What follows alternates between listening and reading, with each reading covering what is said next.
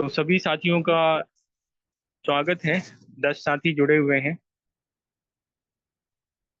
ये जो कार्यक्रम शुरू किया गया, इसका नाम था माँ बाप कार्यक्रम। माँ बाप का मतलब आता है माँ का मतलब है मास अवेयरनेस एंड अवेकनिंग। मतलब कि लोगों में जन जागरूकता कैसे लाई जाए, महत्वपूर्ण विषयों को लेकर, महत्वपूर्ण समस्याओं को लेकर कैसे लोगों को जागरूक बनाया जाए। और दूसरा है ब्लॉक विलेज एडॉप्शन या ब्लॉक वार्ड एडॉप्शन। जो लोग जहाँ पर हैं वहीं पर अपने आसपास कैसे मिल के अच्छे तरीके से काम कर सकते हैं। तो अगर वो ग्रामीण क्षेत्र है तो वहाँ पे गांव होगा, ब्लॉक होगा। और अगर शहरी क्षेत्र है तो वहाँ पर जो है वार्ड होगा, नगर होगा, सोसाइटी होगी। तो जो जहाँ है वहीं पर कैसे अच्छे तरीके से काम करे, क्योंकि ये पूरा जो है पूरा सिस्टम 3 लेयर्स है, 3 स्तरीय है। पहला स्तर है कि अपने क्षेत्र में हम क्या क्या कर सकते हैं मिलकर और अपने सामर्थ्य पे, अपने दम पर। ये पहला पहला स्तर है। दूसरा ये है कि जो हमारा स्किल है, जो हमारा स्किल सेट है, जैसे मान लिया कोई शिक्षक है, कोई किसी विषय में काम करता है, कोई सहकारिता में काम करता है, कोई जो है डॉक्टर है, चिकित्सक है। मैं जो हूँ, मेरा काम रिसर्च का है और कम्युनिकेशन का है, इसकी मैं काम करता हूँ। तो जो जिस क्षेत्र का है, क्षेत्र का प्रोफेशनल है, वो अपने विषय पे कैसे आ, सभी को मजबूती दे सकता है और साथ ही साथ अपने लिए भी वहां से रास्ते निकाल सकता है।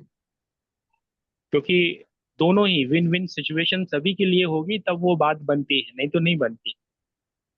तो जो जिस काम से लगा हुआ है उस काम में उसको भी मजबूती मिले और दूसरों को भी मजबूती मिले, इस तरह की व्यवस्था कैसे बनाई जाए। तो ये हो गया स्किल बेस्ड सिस्टम।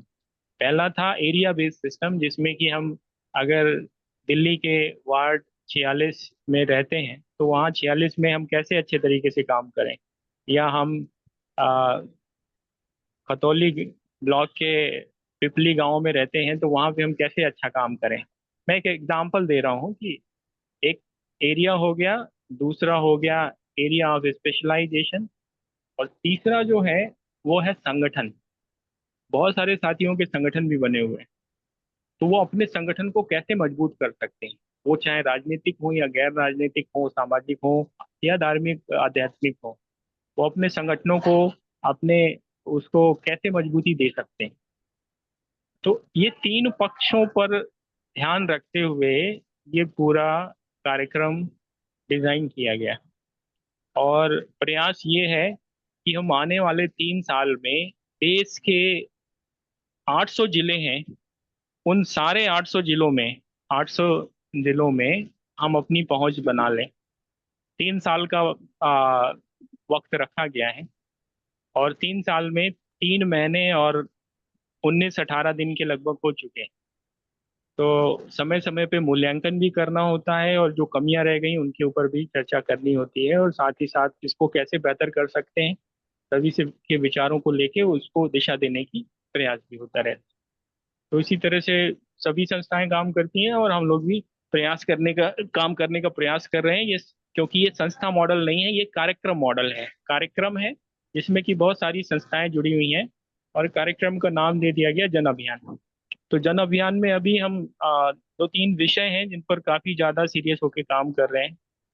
एक है सहकारिता, नंबर 1 पे, क्योंकि सहकारिता एक ऐसा माध्यम है जिसके माध्यम से शायद बहुत सारी चीजें अच्छी हो सकती हैं। सहकारिता के बहुत गलत मॉडल भी बने हुए हैं पूरे देश में, लूट खसोट के मॉडल भी हैं, लेकिन उससे हट के एक बेहतर कोऑपरेटिव सिस्टम कैसे समाज में खड़ा किया जाए, और वो बनाने के लिए लोगों को लोगों को संस्कार कैसे जगाए जाएं और इस तरह से एक मॉडल बनाया जाए और बाई लॉज बनाए जाए कि चीजें व्यवस्थित तरीके से चलें और समस्याएं कम से कम हो। एक पूरा सिस्टम जिसमें प्रोडक्शन, प्रोसेसिंग, उसकी पैकेजिंग और मार्केटिंग में सभी एक दूसरे को मदद कर पाएं, और अगर कोई प्रोडक्शन कर रहा है तो उसके प्रोडक्ट जो हैं वो सही दाम पर पूरे देश में उचित आदत जगहों पर लग सकें और उनका आदत फट के वो हो सके। तो 1 2 3 4 यहाँ तो मैं एक भूत वाला अच्छा ये 1 2 3 4 प्रयास चल रहा है, और साथ ही साथ ऐसा भी प्रयास किया जा रहा है कि हम जो है एक दूसरे से सीखें कि हम एक दूसरे से क्या सीख सकते हैं और एक दूसरे को क्या सिखा सकते हैं। तो ये भी प्रयास है। और एक ये भी प्रयास चल रहा है कि हम स्वावलंबी बने। जब हम कोई इंस्टीट्यूशन खड़ा करते हैं, कोई संस्थान खड़ा करते हैं, कोई ऑर्गेनाइजेशन खड़ा करते हैं, तो उसके लिए आर्थिक जरूरतें भी पूरी करनी होती हैं। तो वो आर्थिक जरूरतें पूरी हों, चीजें व्यवस्थित तौर पे चलें और सारी चीजें सही तरीके से चलती रहें, उसके लिए आर्थिक पक्ष और बाकी जो कार्यक्रम बेहतर बने और सभी मिलके अच्छा काम करें, तो उस पे काम हो रहा है।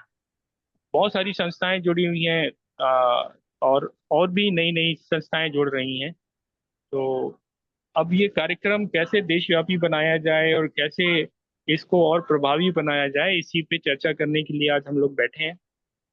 अब मैंने तो अपनी बात रख दी, बारी बारी से सब आप लोगों को बात रखनी है।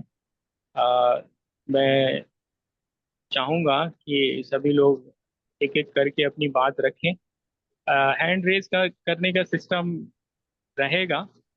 हैंड रेज कर सकते हैं, लिखित में दे सकते हैं, और साथ ही साथ जो है अपने को अनम्यूट करके भी बात रख सकते हैं, लेकिन अगर हैंड रेज है तो नंबर का वेट करना पड़ेगा।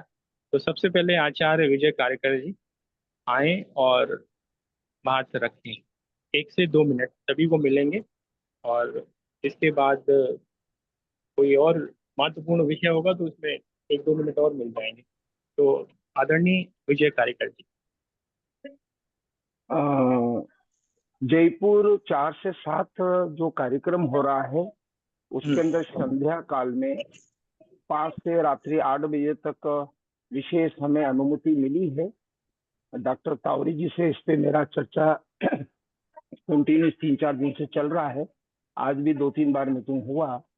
तो इसमें जो व्यक्ति कथा से क्रांति विषय है या अपना कोई ऐसा विषय है जो वहाँ पे हम लोगों को आंदोलित कर सके, तो कृपया मुझे पर्सनली कॉल करें, अपना डिटेल भेजें।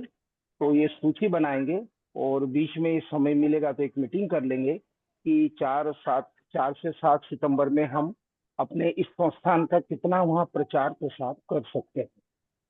और शनिवार को दिन भर में डॉक्टर लाल सिंह जी के साथ में रहा और मुझे काफी अच्छा लगा। और मैं तो 10 20 मिनट के लिए मिलने गया था, पर उन्होंने कम से कम 3 प्रोजेक्ट पे मेरे साथ सहमति बनाई है। और चौथा प्रोजेक्ट जो उनका ग्राम विकास का जो है मॉडल ग्राम बनाने का, तो उसकी मेरे को कंसल्टेंसी के लिए ऑफर किया है। धन्यवाद धन्यवाद। बढ़िया खबर दी आपने।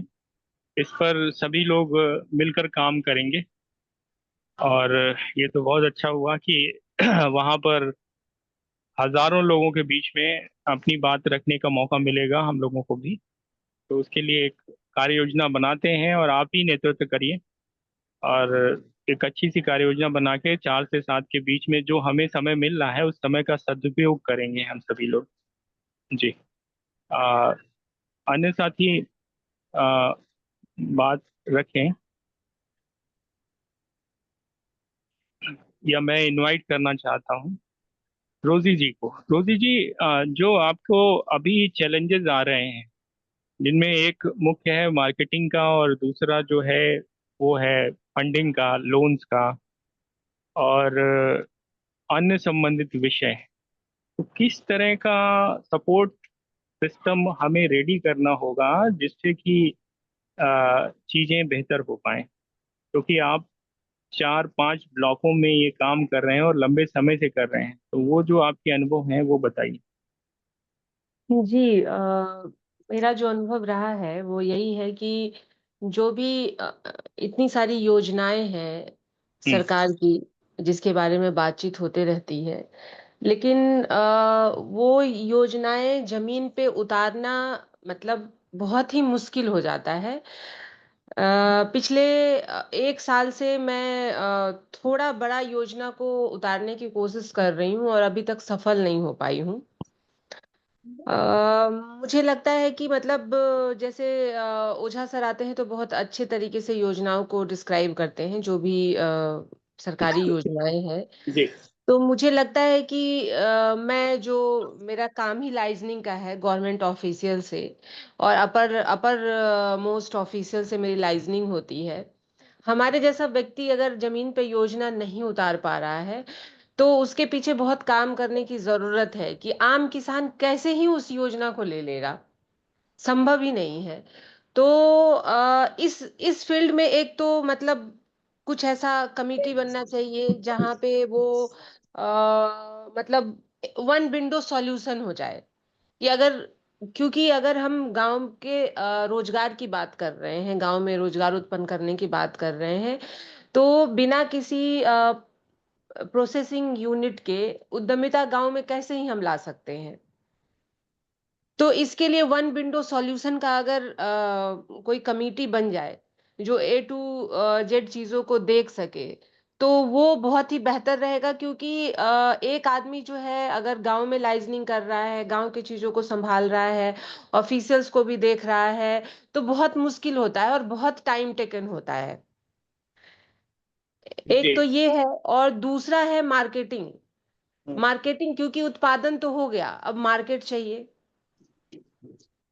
तो प्राइमरी लेवल का जो प्रोडक्शन है उस पे मेरा हाई लेवल का कमांड है। अगर मुझे मार्केट मिल जा रहा है तो मैं किसी भी लेवल पे चीजों को उगा के जो है वो जिस क्वालिटी का चाहिए जिसको, वो मिल जाएगा।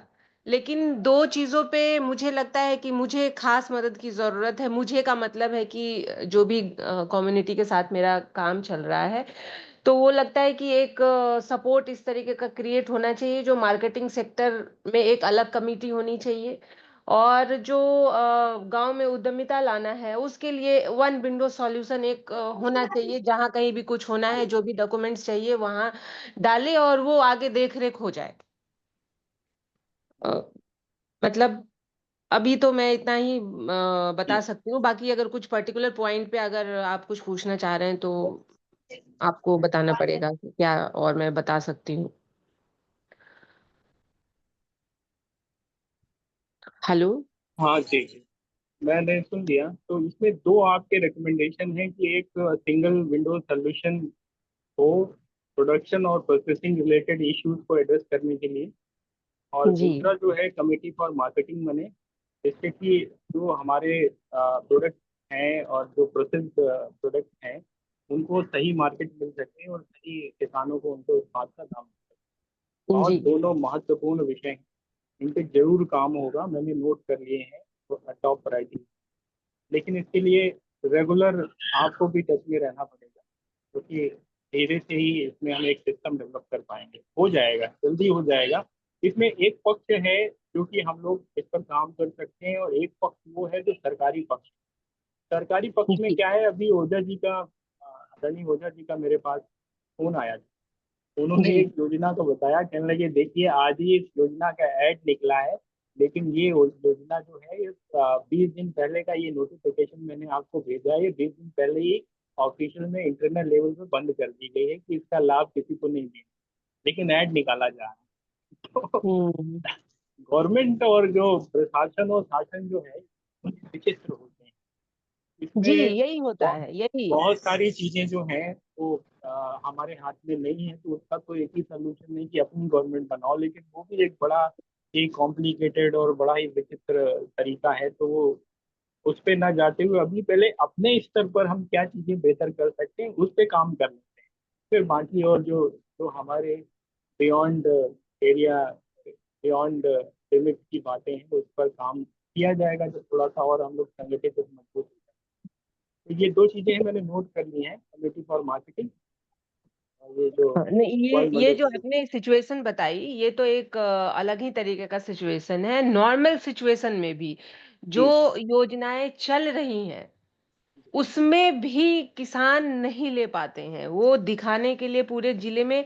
अभी मैं एक और एग्जांपल आपको दे दूं, अभी कानपुर में फेंसिंग के लिए योजना लेके आए लोग, और वो मैं जब गई पता करने, फेंसिंग जो किसान अपने खेत पे करते हैं, समझ रहे होंगे आई थिंक। हम्म तो मैं गई डिपार्टमेंट में, हॉर्टिकल्चर में, तो वो बता रहे थे 2 एकड़ का टारगेट आया है। हम्म तो मतलब लगता है जैसे मजाक चल रहा है। हम्म। इतने हॉर्टिकल्चर डिपार्टमेंट और पूरे जिले में 2 एकड़ का टारगेट आया है। तो इस तरीके के मजाक जो है वो चलते रहते हैं योजना के नाम पे। अगर आप गिनती करेंगे तो मतलब एक किसी पर्टिकुलर आदमी को, डीएचओ को भी पता नहीं होता है क्या क्या क्या क्या योजनाएं हैं, लेकिन वो मजाक में परिवर्तित रहता है वो योजनाएं।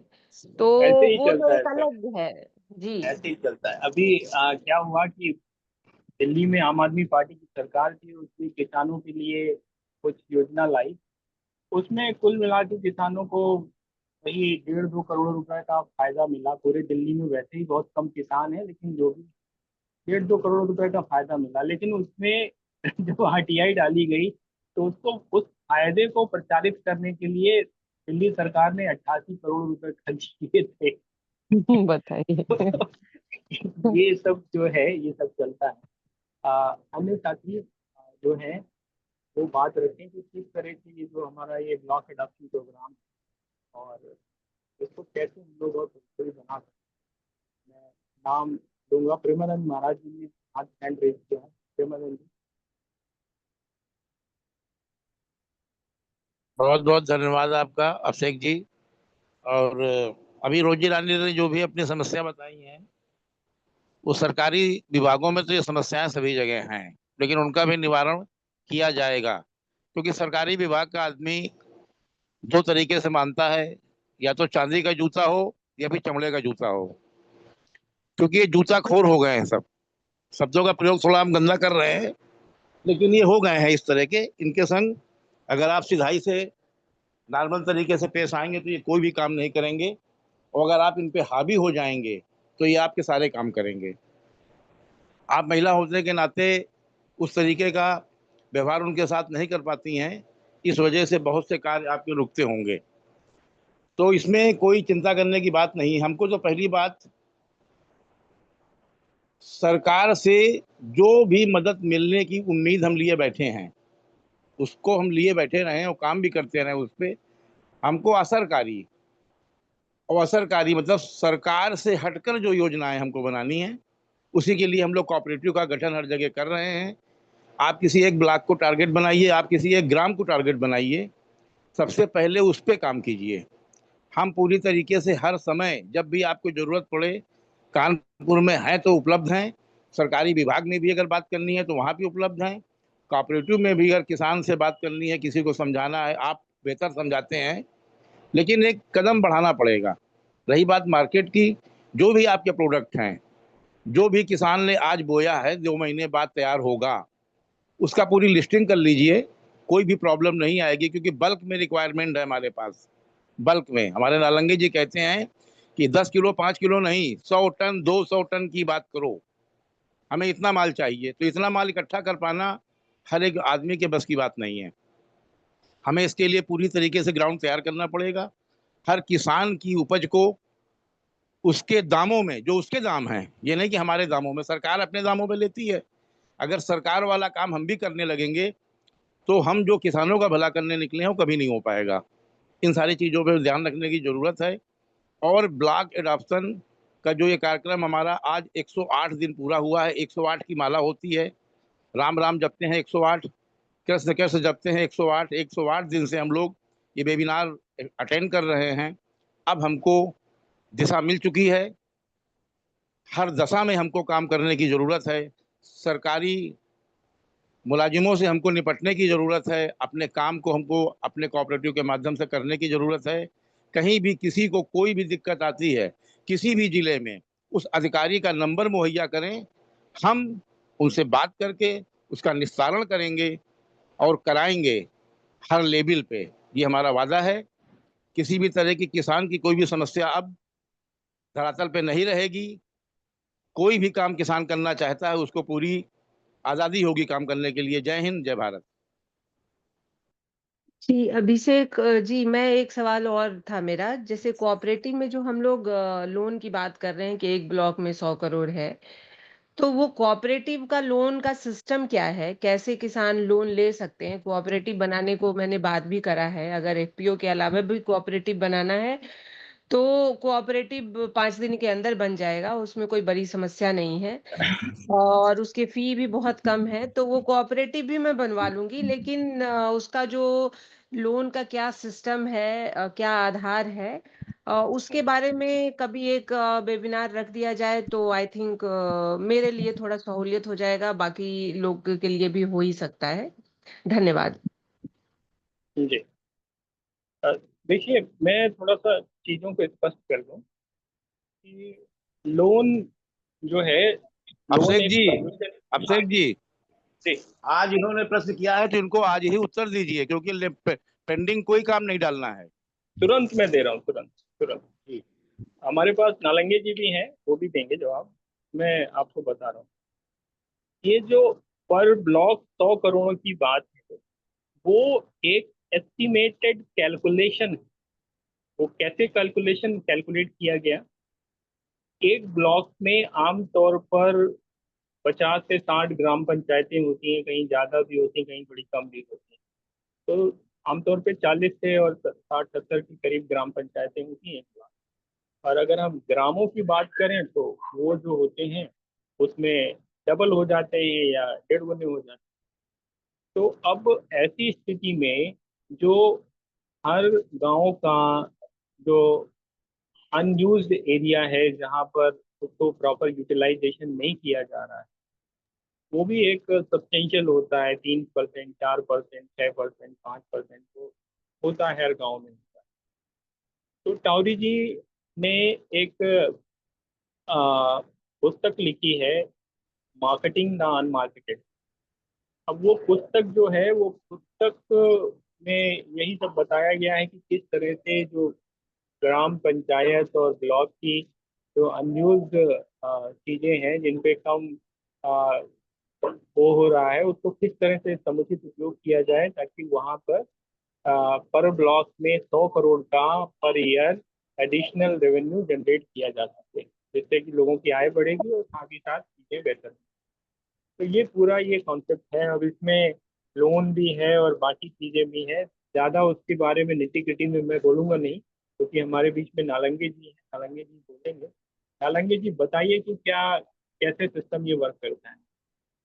और पहली बात यह है कि कोऑपरेटिव को लोन लेने की जरूरत नहीं, कोऑपरेटिव फंडिंग करेगी। पहली बात समझ लो। अभी सब लोग 3 महीने से मैं देख रहा हूं कि कोऑपरेटिव क्या है ये समझ नहीं पा रहे हैं। कोऑपरेटिव में लोन लेने की जरूरत नहीं, कोऑपरेटिव पैसे देंगी लोगों को डेवलप होने में। और पैसे कोऑपरेटिव कैसी जमा करेगी, इसका स्टडी मैंने महाराष्ट्र में किया है। आज मेरे हर कोऑपरेटिव में 1 लाख रुपए से 2 लाख रुपए, 2.5 लाख रुपए पड़े हैं। और लोग मटेरियल लाके दे रहे कोऑपरेटिव को, हर कोऑपरेटिव को। आज 5-5, 10-10 लाख का मटेरियल कंपनियां कोऑपरेटिव को दे रही है और वो कोऑपरेटिव सेल कर रही है किसानों को। पहली बात यह है कि कोऑपरेटिव कैसी बनाना। देखो, मैं नागपुर में अकेला रहता, मैंने रात को विचार किया कि मेरा घर साफ करने में मैं 200 रुपए रोज देता, 2 BHK के फ्लैट साफ करने में, तो भी मुझे लेडीज नहीं मिल रही, जेंट्स नहीं मिल रहा। तो मैंने क्या किया, ये देखो, मैंने आज मेरे फ्लैट के दोनों लेफ्ट और राइट की महिला को 11 बजे मेरे घर पे बुलाया चाय पीने के लिए, और उनका 1 घंटा क्लास लिया। और मैंने उनको पार्टनर बना दिया। मेरे फ्लैट की चाबी दोनों के हाथ में दे दी और दोनों को ही बोला कि जब आपको टाइम मिलेगा आप मेरे कोऑपरेटिव में आ जाओ। और मैं कैसा सेल करता, आपको कुछ भी करना नहीं, घर में जो बैठते तो कोऑपरेटिव में बैठो और लोगों के लिए काम करो। देखो आज 2 महिला मेरे कोऑपरेटिव में बैठ गई और मैं पूरे नागपुर में घूम के आया। मैंने नागपुर के 10 लोगों को ऐसे बुलाया कि जिनके पास 2-2, 3-3 बड़ी बड़ी गाड़ी है, BMW जैसी। और मेरा जो घर है वो 2,500 मकान है। यहाँ फ्लैट की कीमत है 8 लाख रुपए। मेरे फ्लैट का रेंट है 2,500 रुपए सिर्फ 2 BHK का। समझ लो क्वालिटी बहुत अच्छी है। अप्रैल मई महीने में भी एसी फैन नहीं लगता, ऐसी ठंडी हवा मेरे फ्लैट में आती है। अभिषेक जी आप आएंगे ना तो आपको रुकाएंगे। दूसरी बात ऐसी है कि मैंने सोचा यार 200 रुपए भाई को दे रहा है तो भी भाई मैं 8 दिन रहता तो आती नहीं, मैं 30 दिन के पैसे देता 6,000 तो भी भाई आती नहीं, फ्लैट का भाड़ा 2,500, भाई का पगार 6,000 तो भी भाई आती नहीं। तो मैंने क्या किया, बाजू वाले को ही काम को लगा दिया और उनके चोर के हाथ में जैसी चाबी देते वैसी मेरी फ्लैट की चाबी मैंने दे दिया। और आज उन्होंने 10 महिला को बोला कि सर के पास 400 चीजें ऐसे है कि आपको नागपुर जाने की जरूरत नहीं है। यही से मार्केटिंग होगा, यही से उत्पादन होगा, यही प्रोसेस हो जाएगी। मैंने उनको बोला कि मैं उत्तराखंड से तेज पत्ता लाता, सिर्फ आप यहाँ 100-100 ग्राम का पैकिंग करो सभी महिला को बुला के, और अपन मार्केटिंग करेंगे। मेरे 24 कोऑपरेटिव है पूरे महाराष्ट्र में, वहाँ अपन मार्केटिंग करेंगे। उनको मैंने इतना अच्छा समझा दिया। रोजी रानी ने जो काम किया है बहुत अच्छा किया है। 4,000 किसान जुड़ाए हैं। मैंने मीटिंग लिया उनके गांव में। आप अगर समय मिलता है तो हमारे एक सिल्लोड ब्लॉक में आ जाओ, जहां मैंने एक ब्लॉक में 40,000 किसान जमा किए हैं और 40,000 किसान का डाटा मेरे पास है। और मेरे 40,000 किसान एक ब्लॉक में चिली लगाते और 1 अप्रैल को इनकी चिली चालू हो जाती मिर्ची, और वो दिल्ली ही बेचते। आज 1 अप्रैल को जो चिली आई अक्षय तृतीया को, उसका रेट था 135 रुपए केजी। वहां उनको मार्केटिंग करने की जरूरत नहीं थी, उत्पादन हो रहा था। लोग प्लॉट पे जाके परचेस करते थे मिर्ची। हमने जगह जगह सेंटर बनाए हैं। हम आपको बार बार पुकारते कि आप लोग कुछ भी मत काम करो, अकेले सीधा हमारे जलगांव आ जाओ, हम हमारा मॉडल दिखा देते। प्रक्रिया का तो मॉडल मेरे मेरे पास 200 करोड़ रुपए का मॉडल है। जैसा 33 केवी का सब स्टेशन मैंने लगाया है एक मॉडल चलाने के लिए, कंपनी लगाया 200 करोड़ रुपए की। 1,700 मेट्रिक टन का मैंने ये कोल्ड स्टोरेज लगाया है, एयर हाउस लगाया है, 50 वैन है मेरे पास बड़ी बड़ी 10-10 टन की। और ये सारी चीजें अगर गांव वाले देखेंगे, गांव वाले नहीं देखेंगे, जो रोजी रानी जैसे है, सुनील कुमार त्रिपाठी जैसे लोग हैं, अभिषेक जी जैसे लोग हैं, और कोई लोग हैं, वो मेरा मॉडल देखेंगे आके तो उनको समझेगा कि हमारे पास 40,000 किसानों का डाटा है। 40,000 किसानों को क्या चाहिए, उनको क्या लगाना है, कौन सी मिर्ची लगाना है, पौधा कैसा लगाना है, मल्चिंग कैसी करना है, और उनका बायबैक जो है जगह से लेना है, और जगह से उनको बाजार भाव कैसे फिक्स देना है, ये भी हमने सब कार्य किया है। तो मेरे पास आज 40,000 किसान एक दिन में जुड़ सकते। अगर मेरे पास 40,000 किसान एक ब्लॉक में है तो मेरे पास MLA आता है, संसद आता है, हमारा कैबिनेट मंत्री आता है, वहां के सभी लोग हमारे पास आते और बोलते सर थोड़ा हमारे ऊपर ध्यान दे दो, आपको क्या योजना चाहिए हम दे देते। आपको क्या करना है, हर गांव में पहला 2-2, 3-3, 4-4, 10-10, 11-11 लोग जुड़ाना है। 11 के 111 करना है, 111 के 11,000 करना है।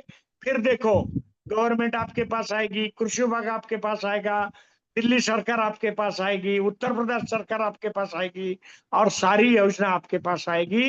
अदानी अंबानी जैसे लोग भी आपके चरण छूने आएंगे और आपसे माल मांगेंगे। आप प्रोसेस भी कर सकते, उत्पादन भी कर सकते, उसका मार्केटिंग भी कर सकते। आज भारत में लोग बैठे नहीं, बाहर के लोग भी आज पुकार रहे हैं। आज मुझे केवी फल का बाहर का भी ऑर्डर आया। मैंने उपरेदी जी को यही बोला कि आप क्विंटल और किलो में बात मत करो, टनों में बात करो। बूंद से पानी दो, चम्मच से फर्टिलाइजर दो, और टन से उत्पादन निकालो, और उसका मार्केटिंग सीधा बाहर करो, प्रोसेसिंग करो, मार्केटिंग करो, और बड़े बड़े लोगों से जुड़ जाओ। मेरे पास कम से कम 10,000 बड़े लोग हैं कि जो ऐसा काम करते, 10,000 करोड़ के ऊपर टर्नओवर करते। वो जीरो से स्टार्ट हुए हैं, मैंने ही उनका स्टार्ट करके दिया है, और आज वो लोग मेरे सहयोगी है, साथ देते। छत्तीसगढ़ में है, नासिक में है, राजस्थान जयपुर में है, आंध्र प्रदेश में है, तमिलनाडु में है, गोवा में है, हर जगह मेरा आदमी है, और वो हर लोगों को मदद करता है। आपको सिर्फ कोऑपरेटिव खोलना है, लोगों को संगठित करना है। आपके पास अगर 2,000 लोग है ना, तो कृषि डिपार्टमेंट भी आपके पास आएगा, एग्रीकल्चर मिनिस्टर भी आपके पास आएगा पूछने के लिए, क्योंकि लोगों की ताकत जो होती 2,000 लोगों की, वो सारा ब्लॉक परिवर्तन कर देती। मैं किसी मंत्री को नहीं मिलता, एमएलए को नहीं मिलता, किसी को नहीं मिलता, और मेरे काम ऑटोमेटिक हो जाते हैं। बैंक 1 करोड़ तो मेरे वर्ड पे दे देती।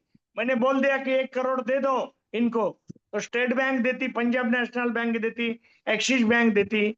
मैंने 1 करोड़ से 10 करोड़ के बहुत सारे प्रोजेक्ट महाराष्ट्र में किया है, भारत में किया है, महाराष्ट्र के बाहर भी किया है। तो मेरी एक विनती है कि जिनको सहकारिता की स्टार्टिंग करना है, सहकारिता चलाना है, तो उसने 8 दिन का ट्रेनिंग के लिए मेरे पास आ जाओ। सिर्फ आने का खर्चा आपको लगेगा, यहाँ घूमने का खर्चा फ्री रहेगा, रहने की व्यवस्था है, खाने की व्यवस्था है, घूमने की व्यवस्था है। और फिर आपको जहाँ जाना है वही स्टेशन से 4-5 दिन पहले टिकट बुक किया जाएगा। अभी देखो, कल मुझे मेरे पास दिव्या गोष्ठी करके बीएससी एग्री भिवंडी की लड़की आ रही है, अपने अंकल को लेके। कल सुबह 7 बजे पहुंचेगी। अभी ट्राइवल में बैठी है, और वर्मी कंपोस्ट के ऊपर वो बेटी काम करती, और उसका कहना है कि सर मुझे 500 टन हर महीने एक्सपोर्ट करना है। तो मैंने बोला आपको नागपुर आना पड़ेगा बेटा। और नागपुर आ रही, उसके माँ ने मुझे फोन मिलाया। फिर मैंने बोला, माँ जी को बोला आप आ जाओ, यहाँ सारी सुविधा है। और कल मैं उसको 4 प्रोजेक्ट दिखा रहा हूँ कि भाई एक्सपोर्ट कैसा करना है, प्रोडक्शन कैसा करना है, किन लोगों का माल लेना है, कैसे नौकर रखना है, किस बैंक के साथ व्यवहार करना है, और अकाउंट कैसा खोलना है। ये सारी चीजें हम 3 दिन में उसको ट्रेनिंग देंगे। मेरी खुद की एक्सपोर्ट कंपनी है 2005 की, नलांगेरी एग्रो एक्सपोर्ट कंपनी, और मेरी 2 घंटे की सलाह देने की फी 25,000 रुपए है। और 2 घंटे सिर्फ सलाह देता, मेरे आगे पीछे 2-4 मैनेजर घूमते। आज भी मैं नागपुर में 4 लोगों को सलाह देता, और 4 लोगों के जो पैसे होते वो गरीब लोगों के ऊपर मैं खर्चा करता। लोग बोलते आपके पास इतना पैसा कहाँ से आता। मैं बड़े लोग जो है, जो अच्छा काम करते और गरीब लोग उनके पास सीखते, ऐसे ही लोगों को मैं सलाह देता। मैंने बोलता मालिक तुम मत आओ, मेरे लोग आएंगे, देखेंगे, बोलेंगे, सीखेंगे, फिर दूसरे दिन आप आ जाओ। और ऐसा काम हम कर रहे हैं। आपके पास 4,000 किसान है, आप 5 ब्लॉक में काम करती तो एक ब्लॉक पकड़ लो। 4,000 किसान का कैसा नेटवर्क बनाना है, हम सिल्लोड ब्लॉक में आपको सिखा देंगे। फिर वही ट्रायल आप वही करो जाके, आपको जरूर सक्सेस मिलेगा। और हर बैंक आपके पास आएगी लोन देने के लिए। लोन मांगने की जरूरत किसी बैंक को नहीं पड़ती। ये मेरा बिल्कुल, कहना है। आपने सारा धन्यवाद। स्पष्ट कर दिया नालंगे जी। मैं नालंगे जी के बारे में थोड़ा सा और बताना चाहूंगा कि नालंगे जी के एक फोर फादर थे, उनका नाम सभी आप लोगों ने इतिहास की बुकों में पढ़ा होगा। उनका नाम था लोकमान्य बाल गंगाधर तिलक। ये नालंगे जी उसी परिवार से आते हैं, उसी खानदान से हैं। उन्होंने एक नारा दिया था कि स्वराज हमारा जन्म सिद्ध अधिकार है। तो नालंगे जी भी उसी लाइन पे काम कर रहे हैं। ये ग्राम स्वराज पे काम कर रहे हैं और वो सहकारिता के माध्यम से ही संभव है। तो नालंगे जी का जो काम है वो कई साथियों ने हमारे देखा है और बहुत तारीफ की है। तो ये जो ब्लॉक एडॉप्शन का पूरा कार्यक्रम है, उसकी एक सबसे महत्वपूर्ण कड़ी, बहुत महत्वपूर्ण नहीं, सबसे महत्वपूर्ण व्यक्ति जो हैं वो हमारे डॉक्टर सुभाष नालंगे जी हैं। और उनका जो लक्ष्य है वो बिल्कुल सभी लोग मिलके पूरा करेंगे और साथ ही साथ ये एक बहुत बढ़िया सिस्टम तैयार होगा ऐसा, जिससे कि देश की राजनीति, देश की सामाजिक स्थिति और देश की आर्थिक स्थिति हर में बदलाव आएगा। और सभी मिलके करेंगे तो ये बहुत जल्दी हम लोग उसमें सफल होंगे। कानपुर के लिए एक लक्ष्य बनाया गया है कि 30 अगस्त तक, मैं प्रेमानंद जी, अ, रोजी दीदी और बाकी कानपुर के साथियों से बोल रहा हूँ कि 30 अगस्त तक हम लोग जो ब्लॉक स्तर की टीमों को गठित कर देंगे, जिसमें कि एक जिला की टीम रहेगी और जो बाकी 10 ब्लॉक हैं तो 10 ब्लॉकों में 10-10, 15-15 लोगों की एक टीम, इसके माध्यम से जिनको आगे एक्सटेंड करके कोऑपरेटिव का रूप कभी भी दिया जा सके। कोई ऐसी जल्दी नहीं है, हड़बड़ी नहीं करनी है, आराम आराम से करेंगे। लेकिन लोग जुड़ने लगेंगे तो फिर चीज़ें व्यवस्थित होने लगेंगी और दिशा मिलने लगेगी, क्योंकि जैसे ट्रेनिंग की जरूरत हमें है और वैसे ही सभी को जरूरत है, सभी को विश्वास की जरूरत है। तो अभी आ, अन्य साथी बात रखें। बलदेवराज सूद जी, दीपक जी, दीपक अग्रवाल जी।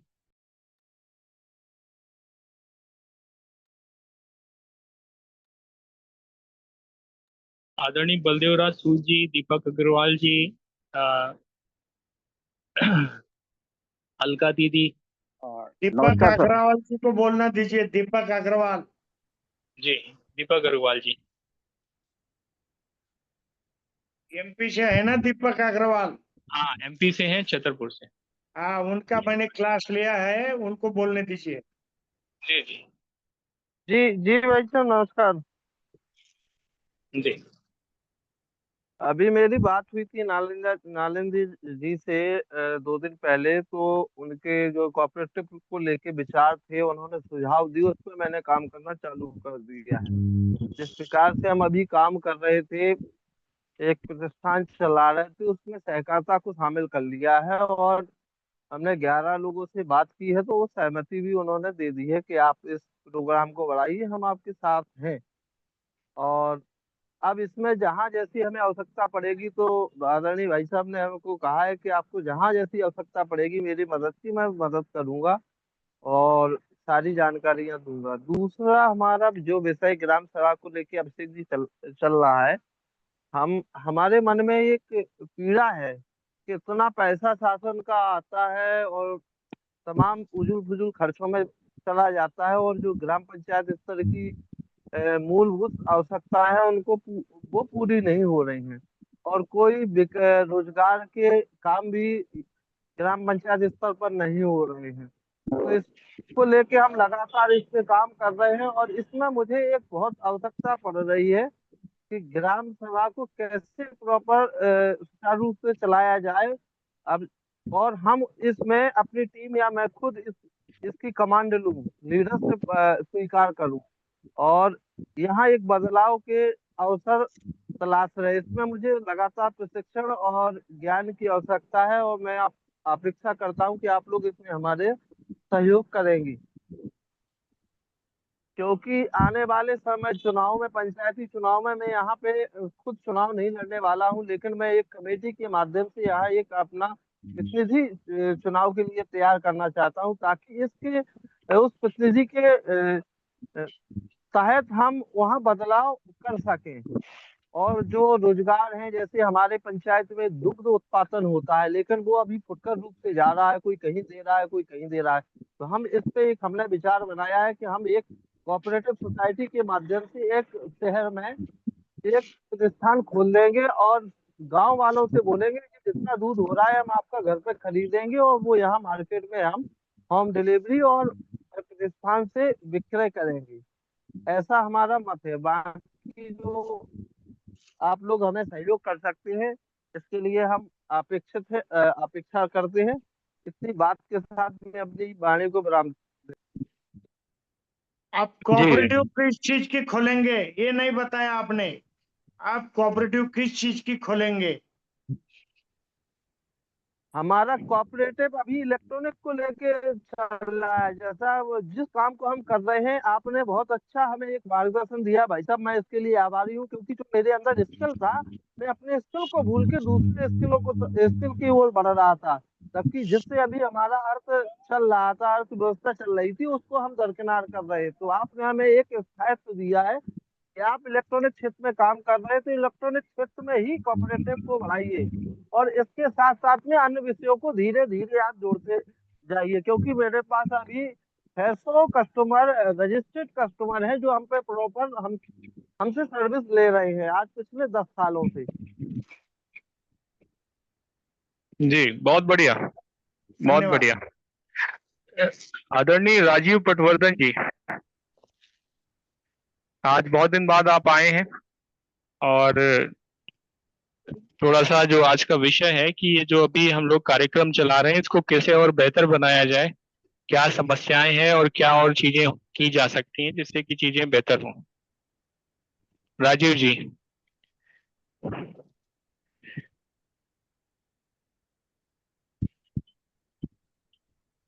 आदरणीय बलदेव राज सूद जी, आपने अभी अनम्यूट किया था फिर म्यूट कर लिया। बलदेव जी।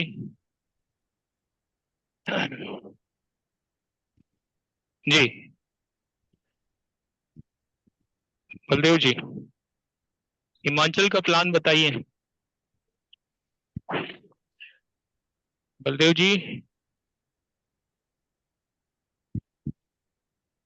आदरणीय बलदेव जी, आदरणीय राजीव जी।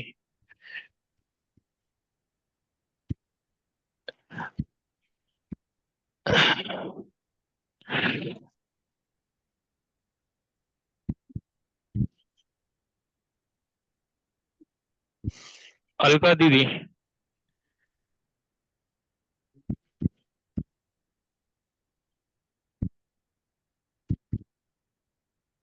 अलका दीदी। ओम शांति, जी। हरिओम। मैं तो यहाँ स्टूडेंट शिष्या करके काम देखती हूँ सब, और बहुत सारा ज्ञान मिला। ये मैं करीब 2 महीने से मैं ये सुनती हूँ और हर एक सेशन बहुमूल्य है। अभी हम जो 6 to 7, मेरा एक ही सुझाव है, इस 6 to 7 में जो ज्ञान मिलता है उसका संकलन कौन करते हैं? 6 to 7 जो अर्ली मॉर्निंग का जो कार्यक्रम है। नहीं, नॉट अर्ली मॉर्निंग, हाँ। ये शाम का होता है, उसका रिकॉर्डिंग होता है। नहीं, नहीं होता है उसका। हाँ, तो उसमें बहुत सारा ज्ञान मिलता है, जी। जैसे कि आज के वक्ता ने दिया वगैरह, तो उसका भी संकलन होना चाहिए। और मैं जो है मैं उनको 6 to 7 वालों को अपना लिंक मैं दे दूंगा और यूजर आईडी दे दूंगा जिससे कि वो रिकॉर्डिंग कर पाए। तो अच्छा सुझाव दिया है, मैं उनसे बोलूंगा कि ये आप यूज करिए और इसको वो करिए। ओके ओके, बाकी सब ठीक ही चल रहा है। जी जी, बहुत मैं बोल अच्छा। दूंगा कि 6 to 7 वाला जो है बहुत अच्छे वक्ता आते हैं उसमें, तो उसको ये यूज करें, इसका बेनिफिट लें, ओके, करवा देंगे। ठीक है, thank you. Thank you, thank bye. Baldev ji, Rajiv Patwardhan जी।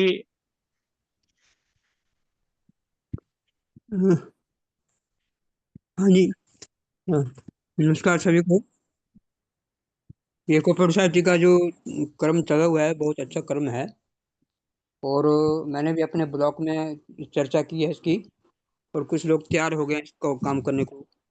तो जल्दी ही इस यहाँ यहाँ तो कोऑपरेटिव सोसाइटी का जो सिस्टम है केवल मात्र अनाज जो आता है सरकार की ओर से, तो उन अनाज जो है वो उसको वितरण करते हैं डिपो के मध्य से।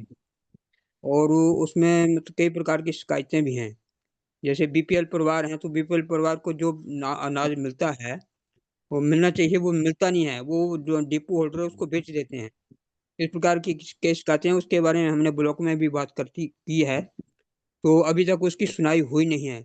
तो उसको कैसे ठीक करना है, और हमारा जो ब्लॉक का सिस्टम होगा, हमारा कोऑपरेटिव सोसाइटी का सिस्टम होगा, कैसे होगा, और इसके बारे में भी थोड़ी सी हमें जानकारी मिलनी चाहिए कि वो जो हमारी कोऑपरेटिव सोसाइटी होगी वो क्या काम करेगी और किस बेस पर काम करेगी, और उसके पास फंड कहाँ से आएगा। ये सारी बातें जो है उसके बारे में मतलब जानकारी हमें दी जाए। बलदेव जी, आप ऐसा करिए कि आप थोड़ा जलगांव घूम के आ जाइए, और वो जो मैंने कुछ डॉक्यूमेंट दिए थे आपको उसको पढ़ने का प्रयास करिए। अभी जो न्यू कोऑपरेटिव सहकारिता नीति आई है 25 जुलाई को, वो भी मैं आपको उपलब्ध करा दूंगा। ठीक है। उसको पढ़िए तो बहुत सारी चीजों के जवाब मिल जाएंगे। और एक बार थोड़ा चक्कर लगा लीजिए, वहाँ पे सारा अरेंजमेंट जो है वो हो जाएगा। आप जाइए, देख के आइए, तो थोड़ा ठीक है। सा समझ आएगा कि क्या क्या कर सकती है कोऑपरेटिव। हर चीज कर सकती है। पुरानी कोऑपरेटिव में जो कमियां हैं उनको दूर करते हुए हम उसको अगर करेंगे तो हम बहुत अच्छा करेंगे। क्योंकि जैसे पार्टियां होती हैं, जैसे आंदोलन होते हैं, आंदोलन लोग प्रयास करते हैं लेकिन ज्यादातर आंदोलन खड़े नहीं हो पाते, उठ नहीं पाते, प्रयास किए जाते हैं। तो ऐसे कोऑपरेटिव है, कोऑपरेटिव को कि आर्थिक पक्ष पे काम करती है, लोगों को आर्थिक लाभ होते हैं, तो उसके लाभ ज्यादा है।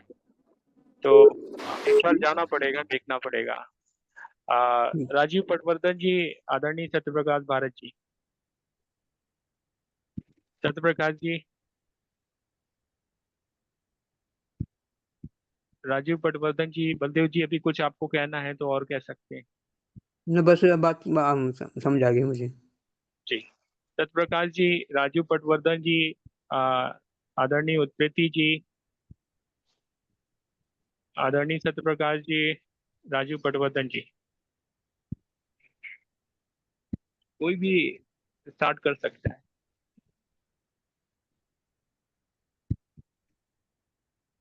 हेलो। अनिरुद्ध कुमार अग्रवाल जी, किसने बोला? राजीव जी? महेंद्र द्विवेदी।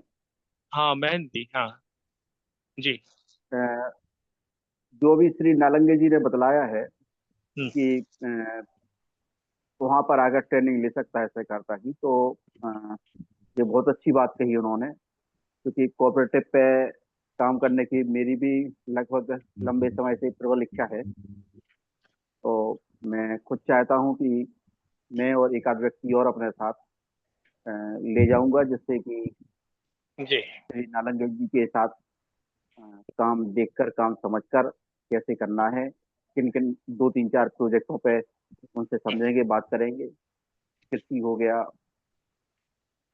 और दूध का काम हो गया, और शहर बैंकिंग वगैरह हो गया, और एक आध काम और जो और होगा महत्वपूर्ण, उस पर हम वहां जाकर उनसे मार्गदर्शन लेंगे, समझेंगे, जिससे कि टीकमगढ़ ब्लॉक शहर जिले में कैसे कोऑपरेटिव हो सके। इसको, चूंकि हमारा मध्य प्रदेश भर में हर जिले लेवल पे अपने लोग हैं, तो टीकमगढ़ ब्लॉक से मध्य प्रदेश तक कैसे इस यात्रा को किया जाए, जिससे कि जी हम सुधरेंगे, युग सुधरेगा, हम आर्थिक रूप से मजबूत बनेंगे, हमारे लोग आर्थिक रूप से मजबूत बनेंगे, तभी विकास संभव होगा।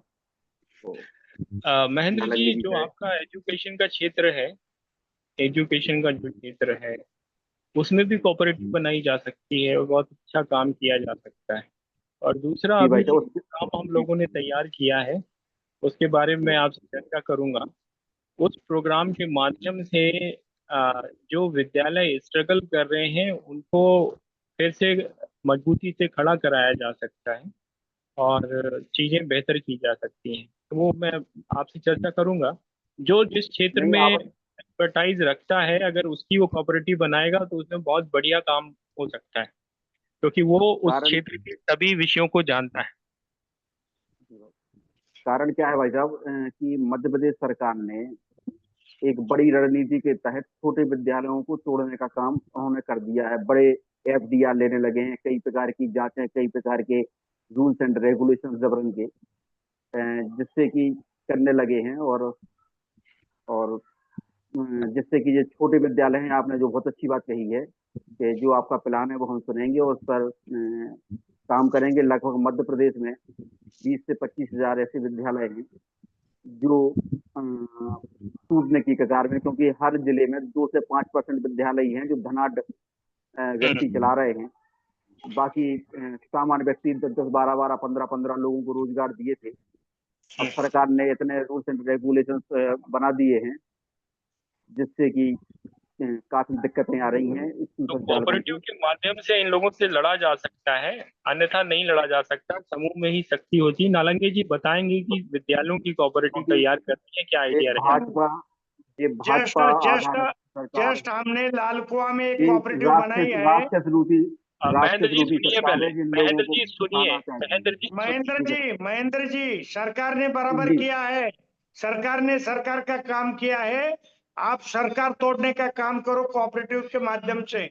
हमने लाल कुआं में अभी अभी एक कोऑपरेटिव स्कूल की बनाई है, और संभाजी नगर में हमने एक एग्रीकल्चर स्कूल की कोऑपरेटिव बनाई है। आप थोड़ा देख लो, समझ लो। सरकार बराबर कर रही है सरकार का काम, क्योंकि उनको सरकार चलानी है। आप सरकार को तोड़ने का काम करो कोऑपरेटिव बना के, सरकार को झुकाओ आप कोऑपरेटिव बना के, संगठन करके। सरकार के बारे में आप ऐसा काम करो कि सरकार को भी शर्म आना चाहिए कि ये कोऑपरेटिव ने क्या करके दिखाया। और कोऑपरेटिव के कल सरकार कोऑपरेटिव चलाएंगी, सरकार नहीं चलेगी। देश में कोऑपरेटिव सरकार चलाएंगी, ऐसा मेरा कहना है। कारण क्या है सर कि जो लोग पूंजीपतियों के विद्यालय हैं, क्योंकि उनके पास पर्याप्त नहीं, वो बिल्डिंग महेंद्र जी उस पे बताइए नहीं, वो सब पता है, वो सब कहानियां ना बताइए। सोल्यूशन पे हम लोग बात कर रहे हैं। आप ऐसा करो, 100 लोगों का ग्रुप तैयार करो, बाकी मैं आपको डेली 1 घंटे दूंगा। ठीक है, प्रॉमिस धन्यवाद। करता हूँ, 1 घंटा दूंगा, डेली 1 घंटा दूंगा। बहुत बहुत धन्यवाद। मेरा ये फेवरेट सब्जेक्ट है, और इसमें ऐसा हम सिस्टम तैयार कर है अपने पास, जिससे कि आपके बच्चे बढ़ेंगे, आपकी आय बढ़ेगी, और साथ ही साथ एक ऐसा सिस्टम हम खड़ा कर देंगे जो कि मॉडल होगा पूरे देश के लिए। शुरुआत तो लीजिए, इनिशिएटिव करना पड़ेगा। ठीक, मैं भेजूंगा आपके पास। और ये जो हमारी 7 से 8 की मीटिंग है, उसमें आप गायब रहते हैं। जो आपने प्रॉमिस किए थे वो भी अधूरे हैं। कमिटमेंट से अगर आप उतरेंगे तो नेगेटिव मार्किंग होगी। नहीं, कुछ दिनों से सर थोड़ी सी व्यस्तताएं चल रही हैं। धीरेन्द्र शास्त्री बागेश्वर धाम के कार्यक्रम चल रहे थे। करिए कि क्या दिक्कत है, बाकी जो भी आपकी समस्याएं हैं, हम आपके साथ हैं। अनिरुद्ध कुमार अग्रवाल जी, अनिरुद्ध जी, आदरणीय अनिरुद्ध कुमार अग्रवाल जी, आदरणीय सुरवीन सिंह जी, आदरणीय जीवन चंद्र उत्पेती जी। हाँ जी, नमस्कार सभी को, मेरा प्रणाम। अभिषेक जी, मैंने सारी बातें सुनी बहुत ध्यान से। मेरे को जो कोऑपरेटिव वाला फंडा है बहुत सही लगा, और मैंने इस पर काम भी किया है, और हमारे सुभाष जी ने बहुत हमें उसको गाइड किया है। और मैंने यहाँ पर अभी भी जो 100 लोगों की बात कर रहे थे आप, मैं आपको 100 लोग कोऑपरेटिव के दे सकता हूँ कल ही। तो मैंने जितने लोगों से बात करी, मेरे सामने जो सबसे बड़ी बात ये आ रही है कि वो जो लोग आए हैं वो इतने इच्छुक हैं, लेकिन वहां पर कोई कोऑपरेटिव की बात समझ नहीं पा रहा है क्या करना। अगर आप उनका ब्रेन वॉश कर लेंगे तो वहां इतनी ज्यादा कोऑपरेटिव बन जाएंगे। अभी मैंने आज बात करी, 11 लोग है कीवी पर बात की थी, और उसमें मेरे पास 11 लोगों ने ऑफर दे दिया कि साहब हम अपने पैसे से करेंगे कीवी, लेकिन आप हमारी इसकी मार्केटिंग कैसे करेंगे हमें समझाइए। अब उनको यही कोऑपरेटिव के बारे में कुछ नहीं जान रहे, वो जान रहे हैं कि पैसा हम लगा रहे हैं, हमारी कीवी पैदा हो रही है, इसको कैसे फायदा हो, अधिक रेट में बिके। तो हमने उनसे कहा भाई देखो तुम अपना, तुम्हारा एक कीवी की ही बना देते हैं कोऑपरेटिव। तो उन 11 लोगों ने सहमति दे दी। अब उनको समझाना है कि भाई कोऑपरेटिव से आपको कैसे लाभ पहुंचाएंगे। अच्छा, और सुभाष जी के पास, देखिए सुभाष जी के पास इतना टाइम नहीं है, वो बहुत नेशनल इंटरनेशनल लेवल पर काम कर रहे हैं। तो मैं ये चाहता हूँ एक ऐसी व्यवस्था आप बना दें कि कोऑपरेटिव, जब हमने सबसे बढ़िया साधन छांटा है तो उसके बारे में गाइडेंस जरूर अपने सेंट्रल कमांड से जो एक्सपर्ट है वो दे दे, थोड़ा भाई 15 मिनट दे दे। और वो जिन व्यक्ति को समझना है, हम कहें भैया उसमें जुड़ जाओ और तुम समझ लो, और हम तुमको गाइड करते रहेंगे, और मेन चीज समझ लो, बाकी हम तुमको देखेंगे। तो ये बहुत अच्छा चलेगा। इस पर मुझे लग रहा है कि इससे हमारा जो पॉलिटिकल है उस पर भी हमें बहुत फायदा मिलेगा। एक तो ये है। दूसरा, मैंने जो उत्तरांचल में अपना अपनाया है, उसमें मैंने हर ब्लॉक में प्रभारी तो पार्टी के हुए हुए, उसके अलावा मैंने हर ब्लॉक में योग का और उसके 11 लोगों का ग्रुप बना रहा हूँ। और नेक्स्ट हमने कई स्कूलों में आज बात की, इंटर कॉलेजों में, वहां बच्चों से कहा है कि आप 12 बच्चे या 11 बच्चे पहले छांटिए जो योग करने के इच्छुक हैं, मैं आधा घंटा ऑनलाइन उनको फ्री में टीच करूंगा। तो मैं सारे उत्तराखंड के स्कूलों में जहां जहां भी जो मुझको कहेगा, मैं उनको आधा घंटे का समय देके करूंगा। इससे मेरे को सब जुड़ेंगे, यंग जनरेशन वाले। तो मैं अपने इस लेवल से काम कर रहा हूँ, और देखिए कहाँ तक सक्सेस होता है। लेकिन ये कोऑपरेटिव वाला, इस पर अगर ऊपर से सहयोग मिल जाता है तो ये सभी को चाहिए। अभी जितने लोगों ने कहा, सब यही कह रहे हैं कि भाई कोऑपरेटिव कैसे होगा। ये अभी फंडा सब क्लियर हो जाता अगर ये, तो इसमें हम लोग बहुत सक्सेस हो जाएंगे। Thank you. धन्यवाद। करूंगा, आप उसको देखिएगा, और फंडा जो है ये जल्दी क्लियर हो जाएगा। इसके लिए आप भी एक प्रोजेक्ट प्लान करिए, जैसे नालंगी जी को आपने होस्ट किया था उत्तराखंड में, वैसे ही आप जाइए और नालंगी जी के जलगांव में आप रह के आइए। जी जी। तो जब नालंगी जी आए थे तो उन्होंने उत्तराखंड को जलगांव बना दिया था, सब जल ही जल था। अरे अरे डरा भी देते हैं ना। सुनिए अभिषेक जी, क्विंटल 1000 क्विंटल की बात करो, अब वहां पर हम 1000 क्विंटल वाला, तो हमें कोई लगता है बहुत समय लग जाएगा उसको पैदा करने में। तो हमें तो अभी जो है उन्हीं को चलाना है ना, इस पर उन्हीं को पता है। अभी मैं एक डॉक्यूमेंट भेजूंगा, उसको आप पढ़िएगा, फिर उसमें अपने राय दीजिएगा। Okay Rajiv okay, Patwardhan thank ji, you. Rajiv Patwardhan ji, Rajiv ji. जी सर, नमस्ते।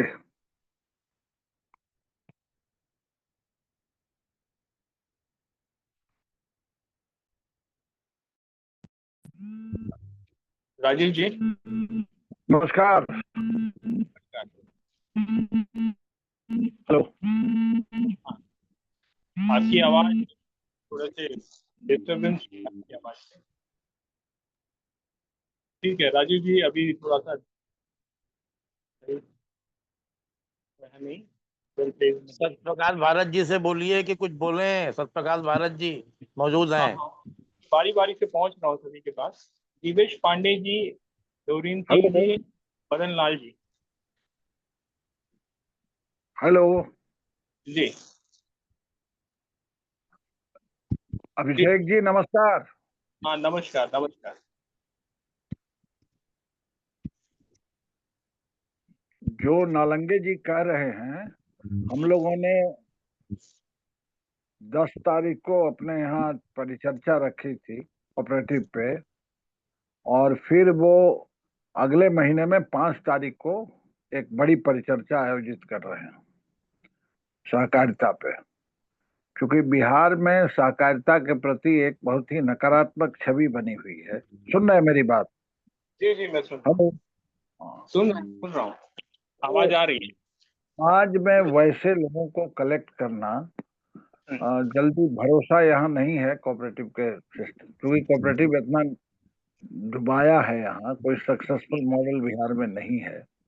तो इसके लिए सुपात्रों को ढूंढ के उनकी पहले एक छोटी मीटिंग किया, फिर एक बड़ी मीटिंग कर रहा हूँ, और उसके बाद मैं उसमें से कुछ लोगों को तैयार करके प्रशिक्षण के लिए नालंगे ले जाऊंगा। बहुत जी, जल्दी उनको बहुत बहुत बढ़िया। बहुत बढ़िया। इसमें एक बात और मैं सभी को मैं थोड़ा सा जोड़ना चाहता हूँ। ये सिर्फ और सिर्फ कोऑपरेटिव का विषय नहीं है। कोऑपरेटिव ग्राम स्वराज आधारित कोऑपरेटिव है। ग्राम स्वराज आधारित। अ, तो ग्राम स्वराज जो आर्टिकल 243 और जो कॉन्स्टिट्यूशनल अमेंडमेंट जो 73 74 हुआ, 11वीं 12वीं अनुसूची है। एक ग्राम स्वराज जो आदर्श ग्राम है, और आदर्श ग्राम में जो एक आदर्श व्यवस्था होती है जहाँ पे लोग झूठ नहीं बोलते, लोग गलत नहीं करते, और उस तरह के परिकल्पना के आधार पे ये कोऑपरेटिव है जिसमें किसी बैंक से लोन ना लेना पड़े।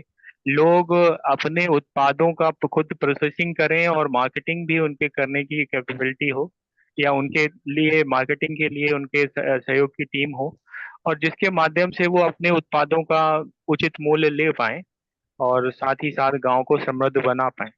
तो ये जो कोऑपरेटिव है, ये ट्रेडिशनल कोऑपरेटिव की हम बिल्कुल बात नहीं कर रहे हैं। हम फार्मर प्रोड्यूसर कंपनी जो सेक्शन 8 आधारित होती हैं उनको बिल्कुल प्रमोट नहीं करेंगे।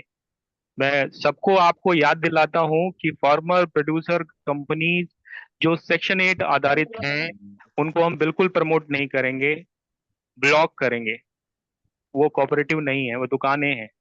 कोऑपरेटिव हम जो खड़ा करना चाहते हैं, दुकानें चलाना कोई बुरी बात नहीं है, लेकिन कोऑपरेटिव के नाम पे दुकानें नहीं चलानी है। दुकान है तो दुकान है, दुकान के लिए कोई एकदम बुराई बनाई एकदम नहीं। बराबर बोला आपने अभिषेक जी, आपने एकदम बराबर बोला। अभी सभी लोग दुकानें चला रहे हैं, कोऑपरेटिव नहीं चला रहे। हम्म, तो दुकानें चलानी है, आप दुकान चलाइए, लेकिन कोऑपरेटिव ना बोलिए उसको। आप वो दुकान है, आप दुकान चलाइए, बिल्कुल आपको राइट है। हम फार्मर प्रोड्यूसर कंपनी सेक्शन 8 आधारित कोई भी कोऑपरेटिव जो होगी वो हमारे अभियान का बिल्कुल हिस्सा नहीं है। हम उसको बायकॉट करते हैं, बिल्कुल स्पष्ट है। तो अ, अभिषेक जी, आपकी जो खतौली की है वो तो सेक्शन 8 में एफपीसी रजिस्टर कराई है उन्होंने। हाँ, वो खतौली हम में नहीं अभी मानते। कोऑपरेटिव बनेगी, खतौली में अभी कोऑपरेटिव बनेगी। एफपीओ हट जाएगी धीरे धीरे। कोऑपरेटिव की चल, चर्चा चालू हो जाएगी 15 अगस्त से। क्योंकि हमें जो जानकारी मिली थी वो एफपीसी की मिली थी, राजीव वो से बात हुई। पुरानी थी, वो पुरानी थी। चलो देखते न लगे जी, इसको भी देखते हैं। कोऑपरेटिव जो है जिसमें सबको वोटिंग का राइट हो, सभी की सुनी जाए, सभी का से हो, ग्राम सभा पे काम जो कर रहा हो वही वही योग्य है, वही पात्र है। नहीं तो पुरानी कोऑपरेटिव तो बनी है, करोड़ लाखों की संख्या में बनी है। मतलब पूरे देश में 25-30 लाख कोऑपरेटिव बनी है। तो उनका क्या आश्रय है वो सभी देख रहे हैं। हम वो काम क्यों करें जो इसमें फेल हो चुके हैं? हम वो करेंगे जिसमें कि सफल होने की संभावनाएं ज्यादा हैं, वो काम करेंगे। प्रोफेसर साहब का कहना बराबर है। उन्होंने खतौली के बारे में जो सुना है, और मैंने 2 दिन खतौली में दिया है और उनको बोला है कि एफपीओ को बाजू में रखो, आप कोऑपरेटिव को आगे लाओ और कोऑपरेटिव बनाओ। तो मैंने उनको सुझाव दिया है। लेकिन प्रोफेसर साहब, आपका कहना बराबर है। आपने जो सुना है एफपीओ के बारे में सुना है, मैंने उनके एफपीओ को रोका है। जी। प्रोफेसर योगेंद्र यादव जी, सत्य प्रकाश भारत जी, बारी बारी से बात रखिए। प्रेमानंद जी, मेरा आगे का मॉडरेशन आप करिए, महत्वपूर्ण पॉइंट नोट कर लीजिएगा। मैं थोड़ा 10 मिनट 15 मिनट के लिए डिनर दे रहा हूँ। आप मॉडरेशन करिए और बाकी साथियों को बुलाइए, महत्वपूर्ण पॉइंट ले लीजिए। विषय यही है कि अब इस कार्यक्रम को कैसे बेहतर बनाना है और हर ब्लॉक में और हर जिले में कैसे अपनी उपस्थिति दर्ज करनी है, कोऑपरेटिव और ग्राम स्वराज के माध्यम से और वार्ड स्वराज के माध्यम से। प्रेमानंद जी। अभिषेक जी, एक छोटा सा मेरा और अनुरोध था नालंगे जी से।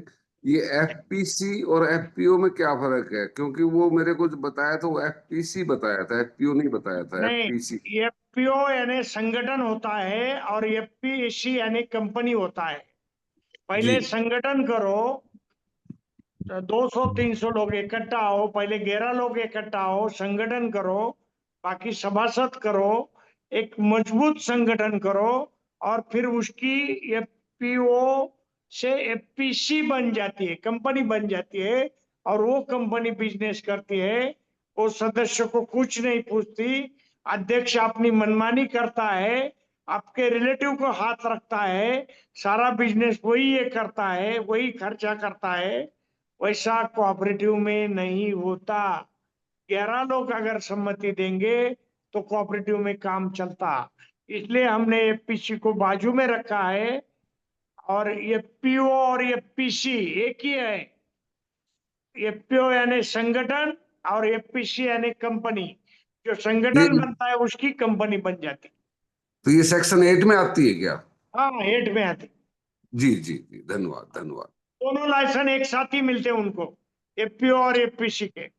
नहीं, हमारा तो बस यही था ना कि अपने जीवन का हम इतना समय दे रहे हैं, हम उसके लिए कोई हमारे को दिक्कत नहीं ये है, देखो, समाज में आप कहीं भी हम दे मुझे सकते हैं। सिर्फ 15 मिनट दे दो, ज्यादा समय मत दो।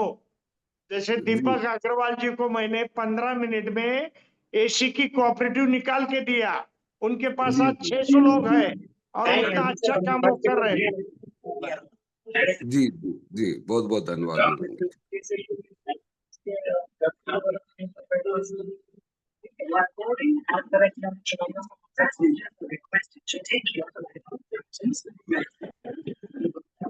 आप दीपक अग्रवाल जी, आप क्या बोलना चाहते हैं? कुछ बोलना चाहते हैं क्या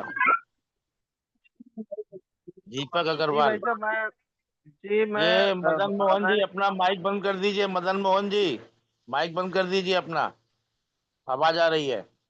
हाँ दीपक जी बोलिए। जी मैं योगेंद्र भाई साहब से बोल रहा था कि मैं जिस प्रकार से सोच रहा हूँ कि जैसे ग्राम सभा को लेकर अगर ये अभियान चल रहा है, कोई अपन तैयारी कर रहे हैं, तो इसके लिए एक सेनापति टीम बनाई जाए। मेरा एक सुझाव है, मैं जहाँ मेरा विचार गलत भी हो सकता है, उसके लिए कुछ जो लोग इस पे काम करना चाहते हैं उनको प्रॉपर गाइडिंग और उनका प्रशिक्षण और उनके काम कितना काम कर रहे हैं उनका समय समय पर मूल्यांकन, इस प्रकार का अगर कोई योजना बन रही है तो मैं इसका भाग लेना चाहूंगा और आगे बढ़ना चाहूंगा, क्योंकि मेरा फोकस पूरा ग्राम पंचायत स्तर पर ग्राम लेके है और वहीं से सारे ये बिंदु निकलेंगे। कोऑपरेटिव जो व्यवस्था है ये भी आगे बढ़ेगी। मेरा इस विषय पे मार्गदर्शन करें आदरणीय सत्य प्रकाश भारत जी भाई साहब भी मौजूद है और वो इस पे क्या सोचते हैं मैं सुनना चाहूंगा भाई साहब। सत्य प्रकाश भारत जी, आप इनके दीपक जी के अग्रवाल जी का जरा सा शंका समाधान कर दीजिए। सेनापति इन्हीं को बना दीजिए। नहीं, दीपक जी ने जो सवाल अभी करा है बिल्कुल ठीक करा है। चाहे वो ग्राम सभा की बात हो, चाहे वो कोऑपरेटिव की बात हो, एक्चुअल में देखिए, जो भी काम हम शुरू करें उसमें कुछ लोग उसके जानकार जरूरी हो और वो उनके नंबर बाकायदा दिए जाए, और जब भी कोई साथी फोन करे, कोई दिक्कत आए या कोई गाइडेंस मांगे, तो वो उसको पूरी पूरी ठीक जानकारी दे सके, है ना। बिल्कुल बिल्कुल सही बात है आपकी। जब तक उसको ठीक जानकारी नहीं मिलेगी, अब वहां भी गए थे, उत्तराखंड में भी गए थे सुभाष जी, वहां उप्रेती जी के पास रहे भी, और पर जैसे वो बात कर रहे थे अभी, तो मुझे नहीं लगता कि वो ठीक तरह समझ पाए। अधूरा ज्ञान रह गया वहां भी अभी। नहीं, मैं वही कह रहा हूँ, इस अधूरे ज्ञान से लड़ाई लड़ी नहीं जाती, ना जीती जाती। जी तो जो भी काम करो वो पूरे विचार पूर्वक, पूरी योजना के साथ और मजबूती के साथ करो, क्योंकि एक भी अगर योजना सफल होती है हमारी तो बहुत बड़ा काम हो सकता है, बहुत आगे तक बढ़ सकते हैं हम, है ना। बिल्कुल। तो इसलिए मैं हमेशा कहता हूँ कि जो 11 सब्जेक्ट बनाए हैं, अब मान लो कोऑपरेटिव के ऊपर मीटिंग होनी है, तो सुभाष जी उसके सेनापति है, और मान लो चाहे जलगांव में हो चाहे कहीं और भी हो, तो 2 3 4 दिन को जितना भी लगता है कि सुभाष जी मैं सबको समझा दूंगा, और सवाल जवाब हो वो अपनी बात पूरी विस्तार से रखे, और जिसको इसमें काम करना है वो वहां जाए, समझे, है ना, और खूब सवाल जवाब करे, और उसके जी बाद फिर 2 3 व्यक्ति की जिम्मेवारी सौंपे, उनके नंबर दे बाकायदा, है ना, कि भाई जब भी कभी किसी का फोन आया, कोई दिक्कत आए, कोई सलाह की जरूरत है, तो ये लोग आपको मदद करेंगे। उनसे मदद नहीं होगी, कहीं वहां से नहीं होती, तो फिर हम सुभाष जी से बात करेंगे, क्योंकि बार बार सुभाष जी को परेशान करना भी ठीक नहीं, वो बिजी आदमी है, चाहे कोई भी हो, है ना। उसी प्रकार ग्राम ग्राम सभा की बात है, तो इसी प्रकार शिक्षा की बात है, उसी प्रकार न्याय व्यवस्था की बात है, सारी व्यवस्थाओं में हमें कुछ फुल टाइमर निकालने पड़ेंगे जिसको उस विषय की गहराई से समझ हो, है ना। और फिर इस तरह करके एक योजना पर ढंग से हम आगे बढ़ाना पड़ेगा। इसलिए मैंने कहा था 11 विषय जो रखे हैं, हर महीने एक एक विषय को लेके गहराई के साथ जिसमें उसमें रुचि हो वो व्यक्ति बैठे, 2 दिन 3 दिन 4 दिन बैठे, कोई बात नहीं, और फिर उसमें जुटे भाई, अपनी भूमिका तय करे कि मेरी भूमिका ये है, मेरी भूमिका ये है, मेरी भूमिका ये है। क्योंकि बिना परिणाम के बात आगे नहीं बढ़ती, है ना। तो मेरे से कहना यह है। दूसरा यह है कि मैं अभी बाई चांस वर्धा आया हुआ हूँ और मेरी कल की तो एक मीटिंग जरूर है, कल तो मैं नहीं हिल सकता। पर सुभाष जी अगर नागपुर है अगले 2 दिन और, तो मैं 2 दिन नागपुर में लगाना चाहूंगा सुभाष जी के साथ। मेरे साथ एक मित्र और है, बहुत ही इंटेलिजेंट है, देश और दुनिया देखे हुए है, वो भी सुन रहे थे अभी सुभाष जी को, तो बड़े प्रभावित हुए कि भाई ये बंदा कौन है। मैंने कहा भाई ऐसे ऐसे हमारी टीम के साथी है और बहुत मजबूत काम कर रहे हैं। कह लगा भाई मैं तो इनसे मिलना चाहूंगा। और जब नागपुर की बात आई तो कह लगे अब तो पास में ही है। वो है बेंगलोर में सर्विस करते थे, नौकरी छोड़ दी, बिल्कुल बड़ा पैकेज था, काफी बड़ा पैकेज था, सब छोड़ छाड़ दिया, फुल टाइम समाज के लिए उतरने को तैयार है, काम करने को तैयार है। तो मुझे नहीं पता सुभाष जी 20-21 को कहाँ पर होंगे। अगर नागपुर हुए, जैसे वो कह रहे मैं 3 दिन नागपुर में हूँ, वेलकम आपका। मेरे कोऑपरेटिव यानी एक गुरुकुल ही है एक, यहाँ मेरे 8-10 लोगों की व्यवस्था है और आप यहाँ आ सकते। जैसे राजाराम जी यादव आए थे जलगांव और मेरे मालपुर, वैसे आप यहाँ आ सकते हैं। मैं आपसे सिर्फ 50 किलोमीटर दूर हूँ यहाँ हाँ से। ठीक है। तो हम आपको कल परसों में फोन करेंगे, कल शाम को भी पहुंच सकते हैं हम, कल दिन की मीटिंग खत्म आ करके। जाइए, कल बॉम्बे की टीम भी आ रही मेरी, बहुत अच्छा। तो हम थोड़ा और यहाँ समझने गाड़ी की, भी है घूमने के लिए नहीं और वो कोई रहने की बात नहीं, वो सुविधा गाड़ी है। घूमने की तो हम नागपुर का चप्पा चप्पा घूमा हुआ है, खूब खूब, परिवार भी है, नहीं नहीं अच्छे नहीं है, नहीं, ठीक है। नागपुर में नहीं घूमेंगे, खेत में घूमेंगे। हम हाँ वही नागपुर है से बस। 25 किलोमीटर वर्धा के तरफ रहते, जहाँ अच्छा समृद्धि अच्छा का अच्छा सर्कल है वही रहते। अच्छा, नागपुर से वेरी गुड। 25 किलोमीटर दूर है। तो मैं कल आपसे बात करूंगा जैसे फ्री होता हूँ मैं, आप और फिर मैं प्लानिंग करो, कोशिश करूंगा। एक हाँ बार आ जाओ, कोऑपरेटिव देखो, बिल्कुल हमारी कोऑपरेटिव का काम देखो, बिल्कुल और बिल्कुल फिर बिल्कुल, हमारा समझने का। गुरुकुल भी देखो। जी जी जी, जरूर बिल्कुल। जरूर जरूर। धन्यवाद धन्यवाद, बहुत बहुत बहुत अच्छा। वेलकम। धन्यवाद आपका। बहुत बहुत धन्यवाद सत्यप्रकाश जी, आपकी आपकी बातों में थोड़ा एक बात हम और बढ़ाना चाहते हैं। जो 11 हमारी कमेटियां वहां पे बनी थी वर्धा में, तो उसमें सभी लोग जो सीनियर बनाए गए थे, प्रायोजक जो बनाए गए थे, उन सभी लोगों से विनम्र निवेदन है कि हमारी ये जो मीटिंग चल रही है, ये लिंक हमारा हमेशा चालू रहता है। कोऑपरेटिव की अलग मीटिंग होनी चाहिए। उसके बाद ये जो मीटिंग है वो अलग, ग्राम सभा, शिक्षा, हर विषय की अलग अलग मीटिंग, अपने अपने माहिर लोग जो भी है उसके मेन बनाए गए थे वहां पे, उनके साथ में 11 मीटिंगें होंगी। यानी कि दिन भर में 11 मीटिंग। सबको वहां जाने की जरूरत नहीं है, जो जाना चाहे वो जा सकता है।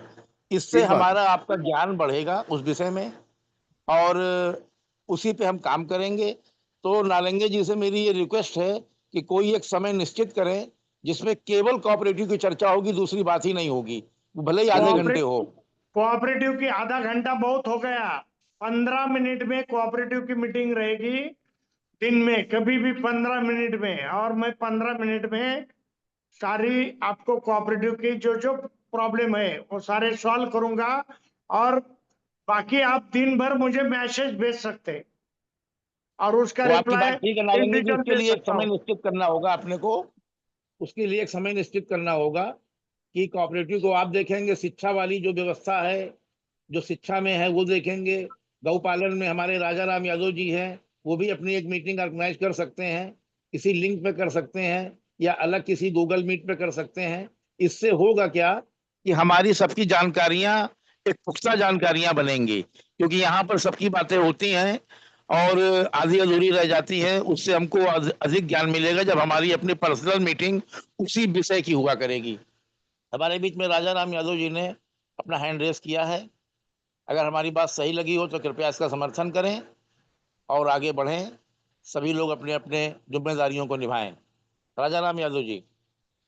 सभी को नमस्कार। बड़ी अच्छी बात हो रही है और हम जिक्र कर रहे हैं 11 पॉइंट जो वर्धा में डिस्कस किए थे, वो कोऑपरेटिव का तो हमारे डॉक्टर सुभाष जी हैं ही एक्सपर्ट, लेकिन वो 11 के 11 पॉइंट का कोऑपरेटिव माध्यम है। तो हम इसको थोड़ा सा मैं क्योंकि लेट ज्वाइन किया था और अभिषेक को सजेशन भी किया था। जो वार्धा का प्रोग्राम जयपुर में हो रहा है, अभी उत्तराखंड में करके गए हैं ये जी, तो हम एक सेंट्रल टीम जो बने, मैं एक बार हेडिंग पढ़ देता हूं, क्योंकि हमारे सत्य प्रकाश जी, प्रोफेसर यादव साहब और सभी का बेसिक पॉइंट तो पुनर्निर्माण और उसमें प्राकृतिक और मानवता पे ज्यादा की व्यवस्था पे ज्यादा जोर था। तो मैं एक 2 लाइन की बनाई है। हम सेंट्रल हेडिंग ये रहे जिसमें जन अभियान भी आता है, जिसमें ये हमारे पास 11 और 10 ये जो ग्रुप जुड़े हुए हैं अलग, उनके भी सदस्य हो सकते हैं, अल्टरनेटिव भी हो सकते हैं। तो ये है दिव्य सृष्टि निर्माण हेतु प्रकृति व मानवता केंद्रित व्यवस्था सुधार के लिए कोऑपरेटिव मॉडल से गांव व ब्लॉक विकास का जन अभियान संगठन, ये सेंट्रल बने और इसी का किस जिले में किस में जो करना है उसी का एक पार्ट हो। जैसे वर्धा मीटिंग हुई थी, ये हमारा सेंट्रल का इश्यू था, ये जयपुर भी हमें ही इसी पे बनानी चाहिए। कोऑपरेटिव मैं तो समझता हूँ हमारे पास तो बड़े लक्की हैं कि सुभाष जी जैसे हैं, और कोऑपरेटिव सारे 11 के 11 विषयों में, एजुकेशन में भी है, गोपालन में भी है, एक माध्यम है। तो ऐसा करने से शायद अच्छा रहेगा, एक सेंट्रल टीम बने और फिर सारे के सारे माध्यम। हो सकता है किसी जिले में हम गोपालन को ध्यान दें, किसी जिले में हम ये किसान का ये दें, किसी जिले में हम खेती दें, किसी जिले में कहीं हम एजुकेशन पे दें, पर ये सारे भी दे सकते हैं। तो ये समझ में आया हो तो ठीक है। मैंने पूरा डिटेल इसका क्या मिशन होगा, इसका क्या उद्देश्य होगा, अल्टीमेटली हमने वहीं पहुंचने की कोशिश है जहां सत्य प्रकाश जी और हम सब ने वर्धा में डिस्कस किया है कि कहीं आपका जो ग्राम व्यवस्था है सारी चीज आती है, तो सेंट्रल ये हो जाए और इसका जो भी जहां जहां ब्रांच है उसमें इस तरह हो जाए। सेंट्रल एक टीम बने जो अभी भी है, जैसे वर्धा में गए थे वो सारे ही सेंट्रल टीम के हैं, जिसमें एक एक तो इनमें एक्सपर्ट भी आ जाए और कुछ और महान लोग आ जाए, कुछ हमारे गाइड आ जाएं। तो ये मैंने जो जिक्र किया था उसमें अभिषेक ने कहा था कि हमारा तो जन अभियान है, पर हम कहीं हम रजिस्टर करने की बात नहीं कर रही, मैं एनजीओ या सोसाइटी की बात नहीं कर रहा हूँ, मैं केवल कर रहा हूँ कि जैसे वो पूरी गाइडलाइन हो जाए, काम इकट्ठा चले। धन्यवाद। बहुत बहुत धन्यवाद आपका। आपका सुझाव सिरोधार है हमारे बीच में। प्रोफेसर साहब कुछ बोलना चाहते हैं? प्रोफेसर साहब अपनी बात रखें। मेरा तो आश्रम का काम है और कृषि का काम है, कोऑपरेटिव कृषि का काम कोऑपरेटिव। जो अभी राजा राम जी ने भी बड़ा ठीक से पॉइंट आउट किया है, और मैं वर्धा में 5 सूत्र की बात करता रहा था, जो हमारे भारत पुनर्निर्माण की प्राप्ति के लिए जो ग्रुप जितने भी बने, मतलब हम सब के लिए वो नियम, जिससे कि एक सभी की सहमति भी बनी रहेगी, कम से कम वो मिनिमम 5। सुभाष जी आप अपना माइक बंद कर लीजिए, जब बोलना हो तो खोल लीजिएगा। जी हाँ जी, कंटिन्यू करिए। जी जी, तो उसमें भी मैंने संदर्भित किया था कि हमारी जो मेथोडोलॉजी है वो कोऑपरेटिव रहेगी। इवन जो गवर्नमेंट बनेगी, कल को हम अगर राजनीतिक आंदोलन करते हैं और सरकार का विकल्प देते हैं, तो हमारा ये मानना है कि वो सरकार भी कोऑपरेटिव ही चलेगी। तो उन्होंने बड़ा सही कहा कि कोऑपरेटिव तो एक मेथोडोलॉजी है जो हमारे सभी विषयों के अंदर समाहित है, और हम उसी मेथड से चलना चाहते हैं। आज नारलंगे जी ने बड़ा साफ क्लियर कर दिया कि जैसे एफपीसी और एफपीओ, इनके ऊपर हम नहीं चलेंगे, हम अपनी इंडिपेंडेंट कोऑपरेटिव पे चलेंगे, और ये कोऑपरेटिव सभी में लागू होगी। कल को सरकार बनेगी, स्कूल बनेगी, शिक्षा है, चिकित्सा है, सब में कोऑपरेटिव से चलेंगे हम लोग। तो इसलिए कोऑपरेटिव सभी की कॉमन है। तो इसको सबके साथ रहने दो, अलग ना करो। पहला तो ये मेरा सुझाव था। दूसरा मेरा ये सुझाव था कि जितने भी हमने ग्रुप बनाए थे वो एक्चुअल में तो क्या था कि वो ठीक से बने नहीं। वो अचानक एक दिन बोल दिया और जो दो चार इधर बैठ जाओ, दो चार इधर बैठ जाओ, ऐसे करके वो ग्रुप बन गए। उसमें बहुत ज्यादा मंथन इसलिए नहीं हो पाया था। लेकिन कोई ऐसी बात नहीं है, अभी हमारे पास माध्यम है, हम ग्रुप्स को और स्ट्रॉन्ग कर सकते हैं। लेकिन चर्चा हर एक ग्रुप की यहीं पे होनी चाहिए, सभी के सुझाव भी आ जाते हैं, सभी सभी की सहभागिता भी हो जाती है उसमें परिवर्तन जी। इसलिए अलग अलग ग्रुप ना बनाओ, बांटो ना हमारे को। हम तो जोड़ने की बात कर रहे हैं। जो चर्चा हो इस ग्रुप में हो जिससे सभी की सहमति बने जी। योगेंद्र जी,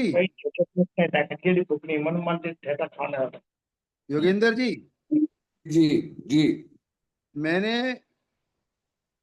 अभिषेक को 11 के 11 ग्रुप में अलग अलग कौन उसको लीड करेगा, किसमें लीड करने की क्षमता है ना, मैंने उसमें नाम लिख के अभिषेक को भेजे थे, है ना, जी कि भाई देखो, अगर मैं कह रहा हूँ, मान लो जिसके अंदर उस विषय को समझ ही नहीं है, उस विषय की लीड करने की क्षमता ही नहीं है, और उसको हम जिम्मेवारी दे देंगे तो एकदम फेल होंगे। तो जी जितनी मेरी समझ थी, और भी देश के कुछ लोगों के नाम जो भी इसमें नहीं आए थे मीटिंग में, उनके भी मैंने कुछ नाम लिखे थे कि भाई ये लोग इस विषय के मास्टर हैं, और ये लोग देश और दुनिया को समझते हैं, और ये लोग लीड करेंगे, है ना। जी तो मैं कल जी आपको भी सुबह भेज दूंगा सारे के सारे वो नाम, जी है ना।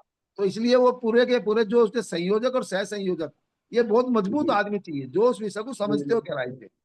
ये मजाक नहीं है चीजें, है ना। तो उनके, और उसके बाद फिर वो अपनी टीम खड़ी करे, उसमें फिर हम लोग मदद करेंगे उनको। वो अपनी टीम खुद खड़ी करे और हम उसमें मदद करेंगे सब मिलके। भाई ये नाम आपको देख लो, ये नाम हम भेज रहे हैं अलग अलग, उसमें जिसकी जितनी ताकत है, जिसकी जितनी पहचान है, जिसकी जितनी समझ है। तो हर 11 के 11 विषय की अलग अलग गंभीरता के साथ मीटिंग होनी चाहिए, मुझे ऐसा लगता है। और उसमें तो बहुत बड़ी ताकत, 11 तो हुआ है हमारी, 11 तो नहीं 22 तो भी होगी, और 11 मेंबर और चुने हुए अपनी टीम में जोड़ने के लिए। तो देखो ना, 100-150 लोग तो हमारे मजबूत हो गए ना, कम से कम बहुत बड़ी ताकत बन जाएगी। जी बस नहीं, जो वर्धा के जितने साथी थे ऑलमोस्ट इस ग्रुप में हैं। जो नहीं है उनको हम अलग से मैसेज करके भी जोड़ सकते हैं। जैसे मैंने आज उमेंद्र जी को भी कहा था कि कोऑपरेटिव की आज मीटिंग है, जरूर आइए। तो मतलब जो नहीं आ पा रहे हैं उनको हम संदेश भेजते रहे, और वो अलग से भी बात कर सकते। दिन में भी तो करते हैं हम लोग आपस में बात अलग अलग विषय पे, तो वो ठीक ग्रुप बात। आपस में बात कर ले। लेकिन इस ग्रुप के अंदर वो एक एक घंटे की चर्चा में सभी ग्रुप्स की प्रेजेंटेशन रेगुलर होती रही। हम सब का उसमें जितना भी सहयोग होगा, और हो सकता है हमारा कहीं ज्यादा सहयोग हो सकता है, तो हम एक दूसरे का सहयोग करके, क्योंकि मूल उद्देश्य तो यही है कि हम सब एक ही जगह पहुंचना चाहते हैं, माध्यम हमारे अलग अलग है। तो इस ग्रुप में ही एक एक दिन 11 दिन लगेंगे हमारे, रेगुलरली उसको कर लिया जाए तो बहुत अच्छा रहेगा। सभी इम्प्रूव हो जाएंगे, और सभी की जो है ना जैसे नाम दिए हैं तो उनकी पार्टिसिपेशन भी हो जाएगी, उनका पता भी लग जाएगा, और हम लोग भी उनको सहयोग और ज्यादा कर सकते हैं उसमें। जी जी बिल्कुल सही बात है।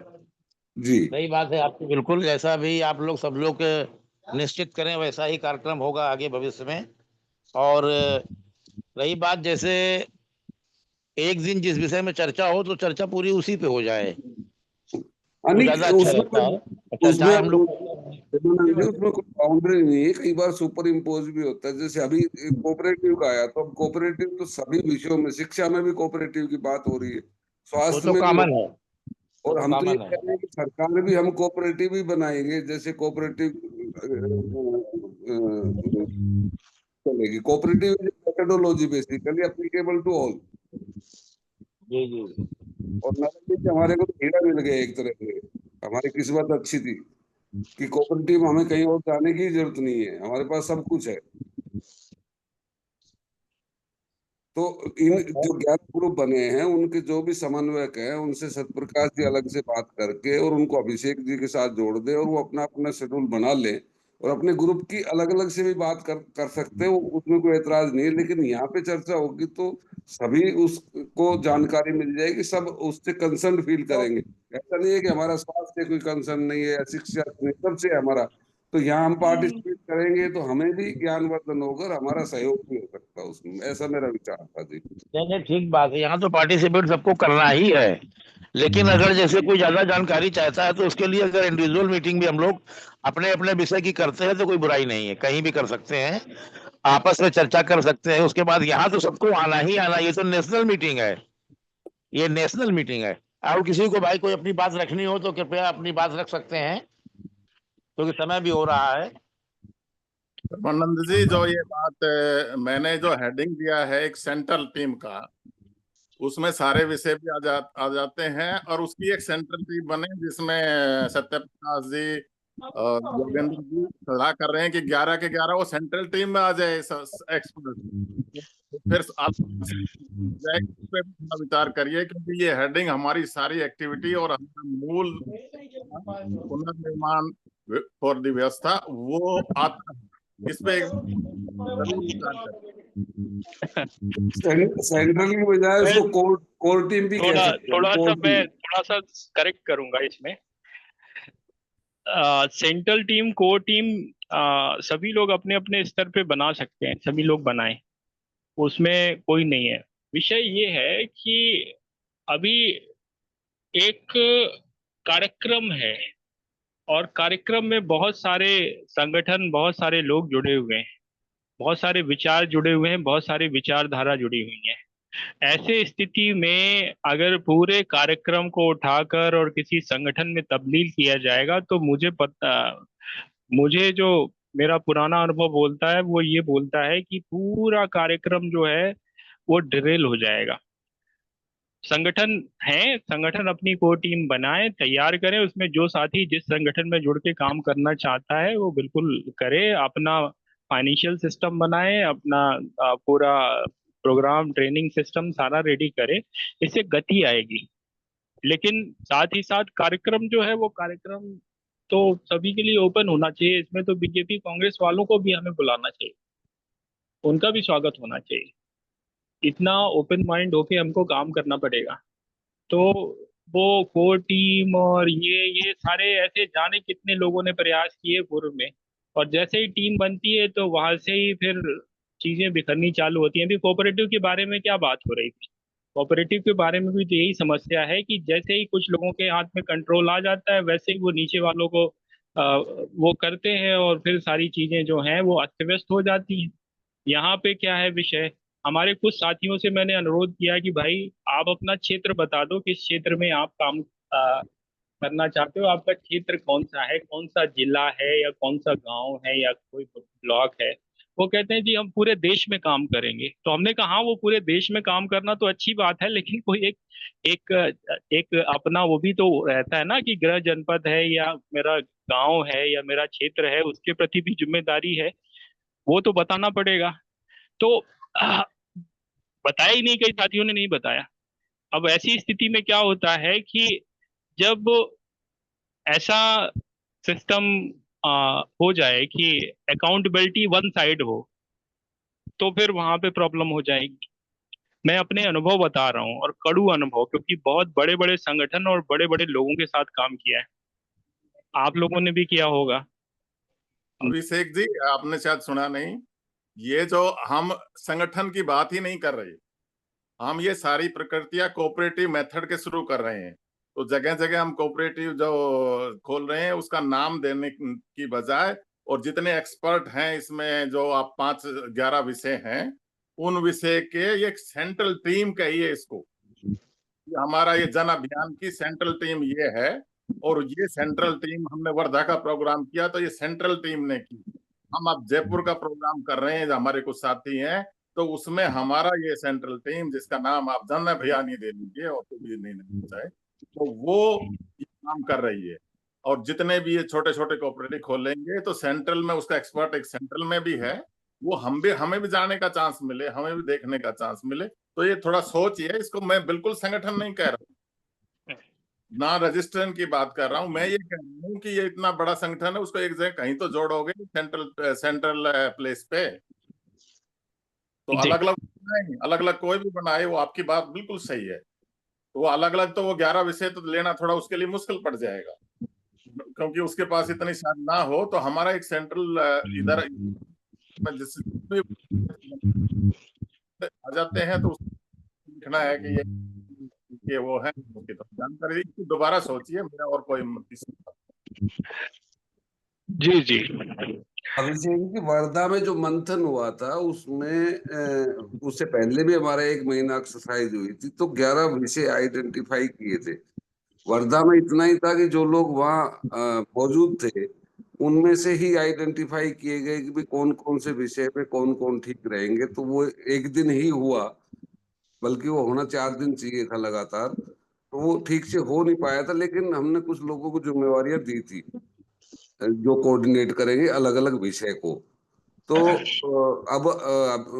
ये सतप्रकाश जी अभी कह रहे थे कि आपको भी उन्होंने लिस्ट भेजी है कि उस समय तो जो वहाँ अवेलेबल था क्या कुछ नहीं, और वो बेटर कर सकते हैं, तो उनको जिम्मेवारियां दी जा सकती हैं। और मेरा सुझाव ये था कि हर विषय का एक एक प्रेजेंटेशन या ग्रुप में करवाते रहे, जिससे और क्लैरिटी बन जाए। और ग्रुप में तो वो लोग अपना साथी किसी को भी लेके आगे काम कर सकते हैं। इसमें योगेश कोई जी, नहीं, योगेश जी, मैं अभियान सारी ही बात समझ रहेगा। गया। मैं सारी बात समझ गया, इसके लिए तो कभी मना ही नहीं है, शेड्यूल जी करें ना।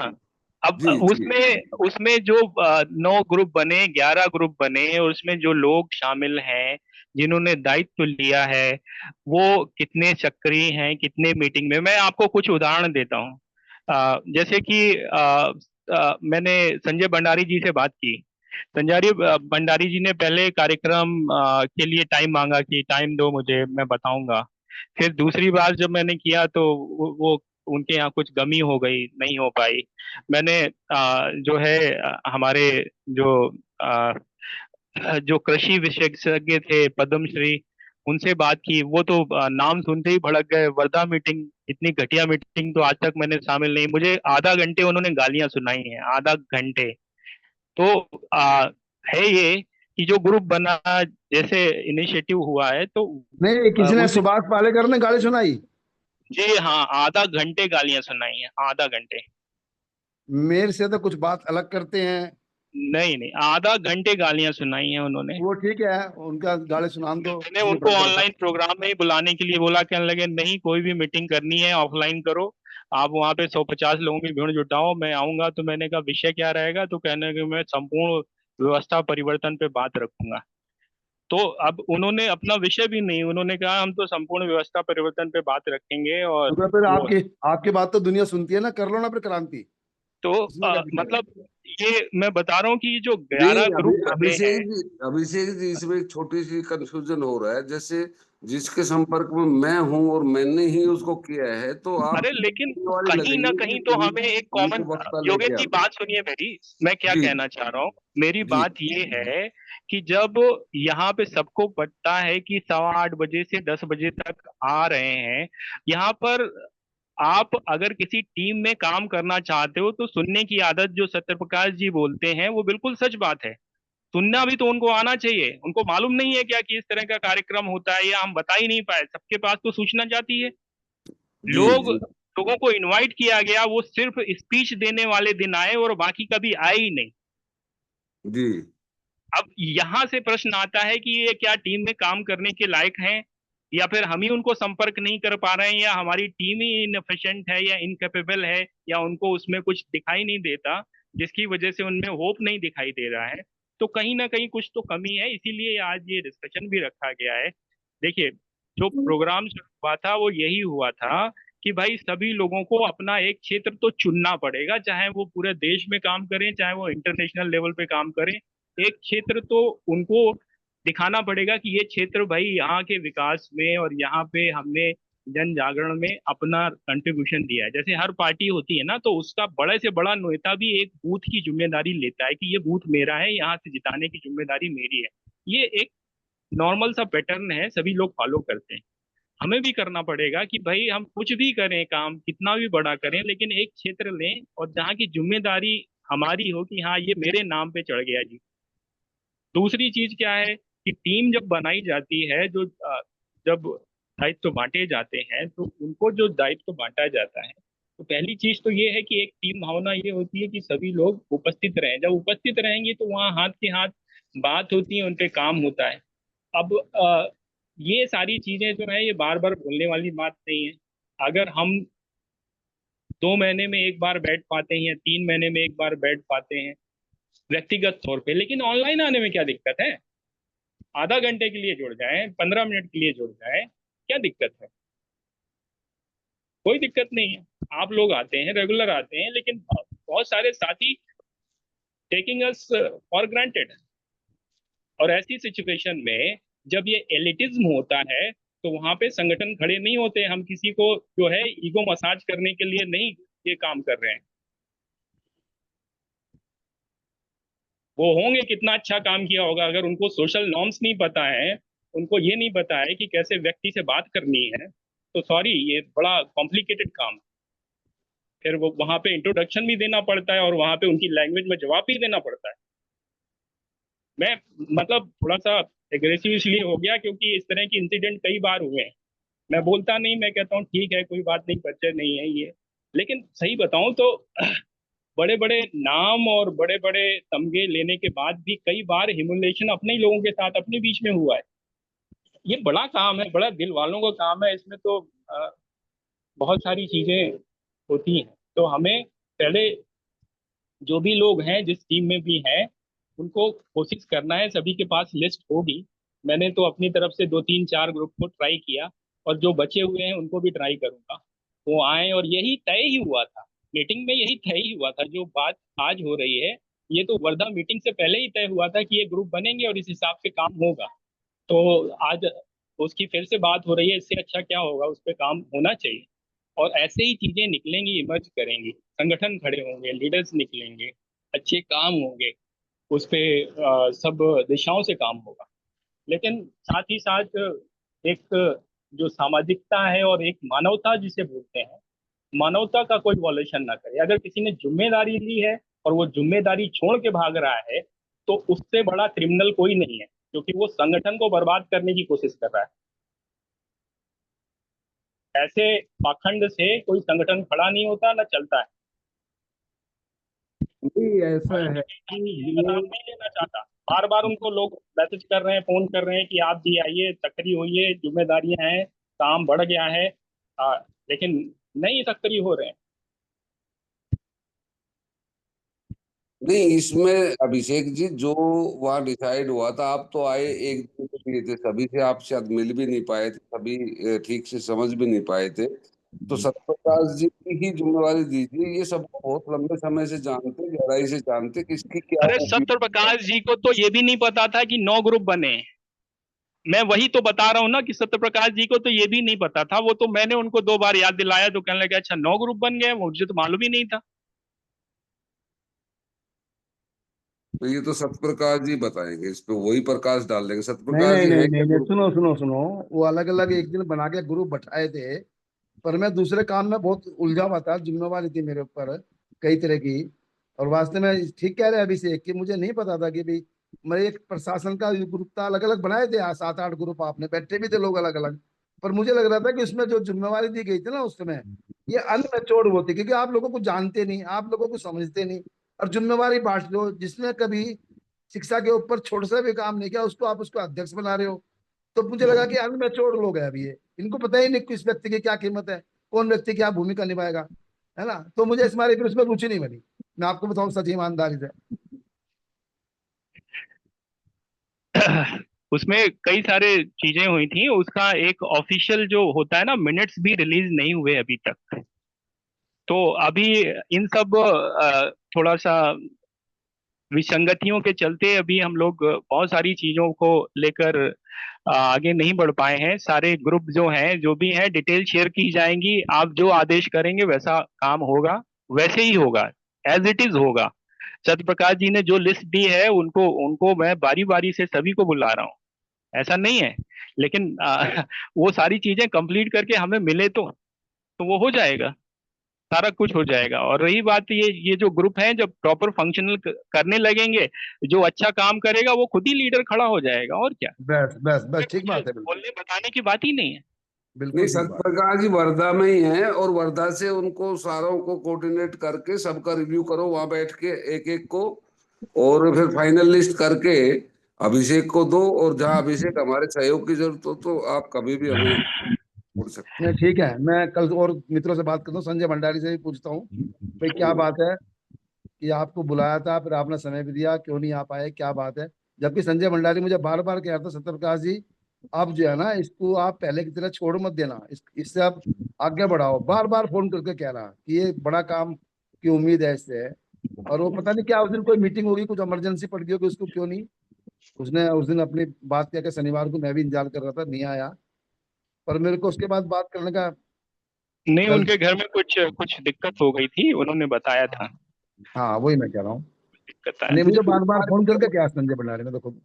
इनको लेकिन कोऑर्डिनेटर मेरा बनाया ये कहना गया है है सत्य प्रकाश जी, पर ये सारे गलती लोगों गलती को मेरी है, केवल गलती मेरी केवल नहीं, एक मिनट नहीं एक नहीं, मिनट, आपकी गलती गलती नहीं है, ये गलती आपकी मेरी है गलती कि मुझे नहीं है। संजय भंडारी से पूछ के बाद में बात करनी चाहिए थी भाई कब आ रहा है, फिर क्या है, क्या विचार है। इसमें बस इसमें जो है, इसमें ये है कि जितने भी लोग हैं अगर वो टीम के साथ काम करना चाहते हैं तो पहले उनको ये समझना पड़ेगा कि वो सिर्फ और सिर्फ यहाँ पे स्पीच देने के लिए नहीं आ रहे हैं, वो सुने तो बिल्कुल ठीक आगे बात है, कार्यक्रम तो समझे। बिल्कुल ठीक बात है, एकदम ठीक बात है। और अभिषेक जी, एक सुझाव मेरा था कि जो भी कार्यक्रम हमारा होता है तो अगर एक दिन पहले फाइनलाइज हो जाए तो हम इस प्रोग्राम में अनाउंस कर दें, तो सभी को, इनको तो पता लग ही जाएगा और ये बाकियों को भी संदेश भेज सकते हैं। ऐसा हाँ ये मेरा, अभिषेक जी एकदम टाइम के टाइम पे 2 घंटे पहले भेजते हैं सूचना कि भाई ये आदमी है, आज ये आ रहा है। जबकि मेरी प्रार्थना इनसे पहले भी कई बार थी, कम से कम सुबह सुबह भेज दे तो मैं फिर कुछ लोगों को बता भी दूं, कुछ लोगों के पास भेज भी दूं भाई आज नहीं कृषि के नहीं, मतलब का आ रहा, तो कृषि सुबह वाला नहीं, कम से कम मित्रों को भेज दें। जैसे कल कल का है उसको हम आज अनाउंस कर दें, जिससे कि हाँ बाकी लोगों की भी जिम्मेवारी हो जाए, जहां जहां तक रिलेटेड लोगों को भेज सके।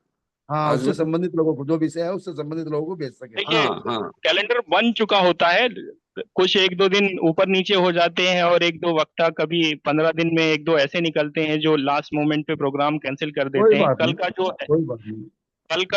कल का है मिलेट्स मिशन के 2 वर्ष, इसको प्रवीण पाटिल जी रखेंगे और साथ ही साथ जो हमारे अपवादों से सीखो इस पे बीपी सिंह जी रखेंगे। कल का है। बुधवार को सहकारिता से समृद्धि पे ये जो सहकारिता विषय के सारे विषय को आगे बढ़ाया जाएगा। सुभाष नालंगे जी, पीएस ओझा जी और अमरनाथ जी, ये सब लोग आएंगे। फिर इसके बाद बृहस्पतिवार को जो है वो कृषि में पशुपालन से आय बढ़ाना, इस पर श्री किरण पटवर्धन जी बात रखेंगे। फिर फ्राइडे को जो है हमारा हेल्थ वाला सीरीज रहेगा, सैटरडे को जो है एजुकेशन का रहेगा और संडे को जो है वो इंडियन नॉलेज सिस्टम पे बात अनादि साहू जी रखेंगे। ये अभी तक का शेड्यूल है। इसमें फ्राइडे सैटरडे अभी फिक्स नहीं है और बाकी लगभग ये पूरा सप्ताह फ्रीज हो चुका है। कुछ इसमें ऊपर नीचे कुछ किसी को ऐड करना पड़ेगा किसी दिन, तो वो कर दिया जाएगा उसी से संबंधित विषय को लेकर, कोई ऐड करना होगा तो कर लेंगे। ये इस वक्त है, वो मैं आपको सूचित कर दूं। क्या होता है ना, लिंक जो होता है वो लिंक बनाया जाता है सेम डे, इसलिए बनाया जाता है क्योंकि वैसे तो लिंक वो सभी के पास जाता रहता है। और कार्यक्रम जो है, कार्यक्रम का कैलेंडर जो है, अब ये जरूर करेंगे कि हम सोमवार को या रविवार को ही रिलीज कर देंगे पूरे हफ्ते का। बस इसमें बहुत यही बहुत हो अच्छा सकता रहेगा, है बहुत कि अच्छा रहेगा।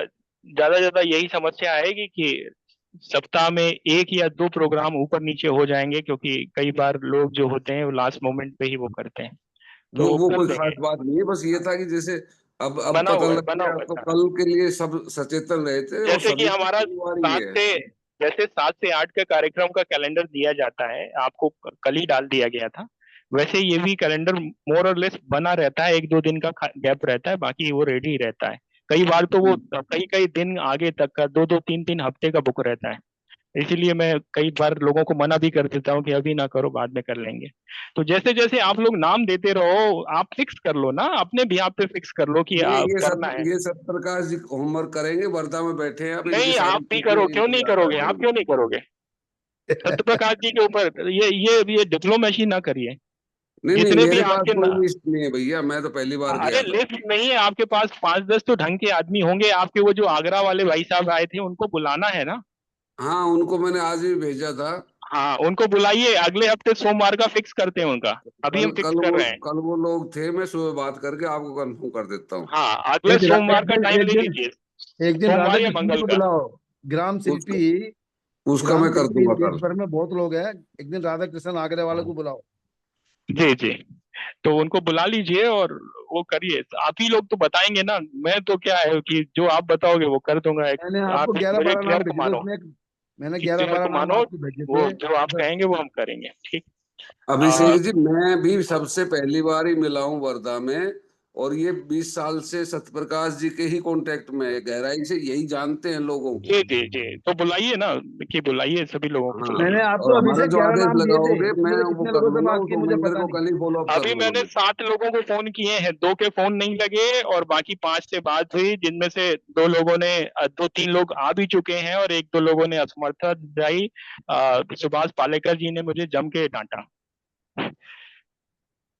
चलो वो तो सत्यप्रकाश का काम है, वो बीच प्रोग्राम छोड़ के चले गए थे, क्या उनके मन में कोई चीज लग गई ना कुछ नहीं, या चलता रहता उनकी है, कुछ अपेक्षा होगी, वो उसकी अपेक्षा कोई के फर्क अनुसार नहीं। नहीं हुआ होगा ये कुछ। आप सबसे यंग हो, हम बूढ़े लोग डांट दे तो क्या हो गया?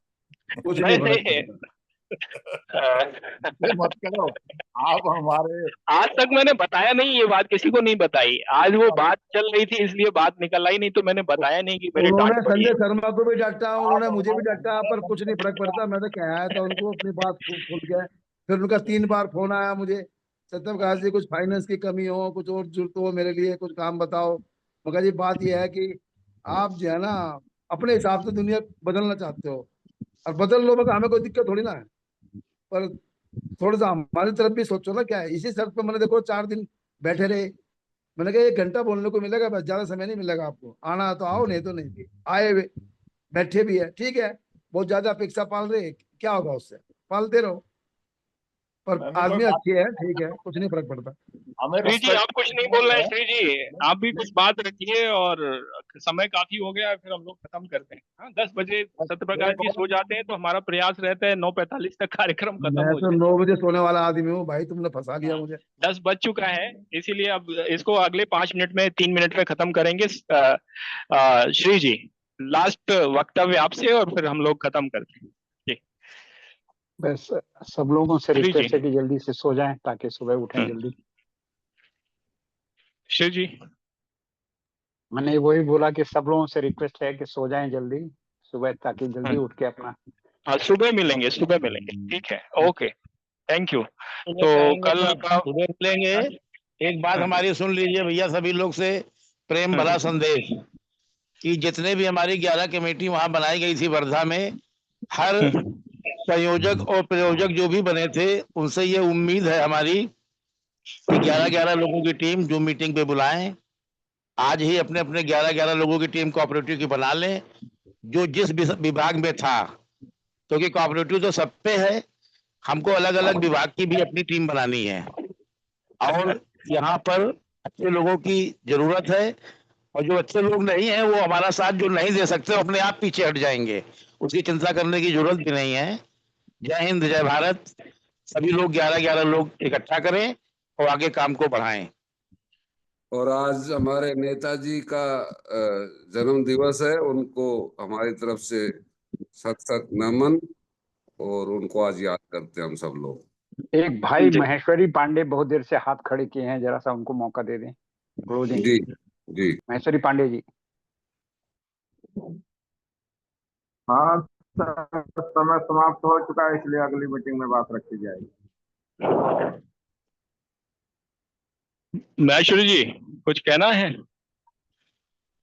जी, अब तो मीटिंग का टाइम ओवर हो गया, इसलिए अब सारी सुबह बातें मिलते हैं, खुली। सुबह सुबह सुबह। हाँ, हाँ सुबह सुबह, अच्छी ओके, बात जी। जी शुभ रात्रि। बिल्कुल, ठीक, ओके, शुभ रात्रि। यही लिंक रहता है सुबह के लिए भी। सत्यप्रकाश जी को भी निमंत्रण दे देना, उनको पता है कि नहीं सुबह का।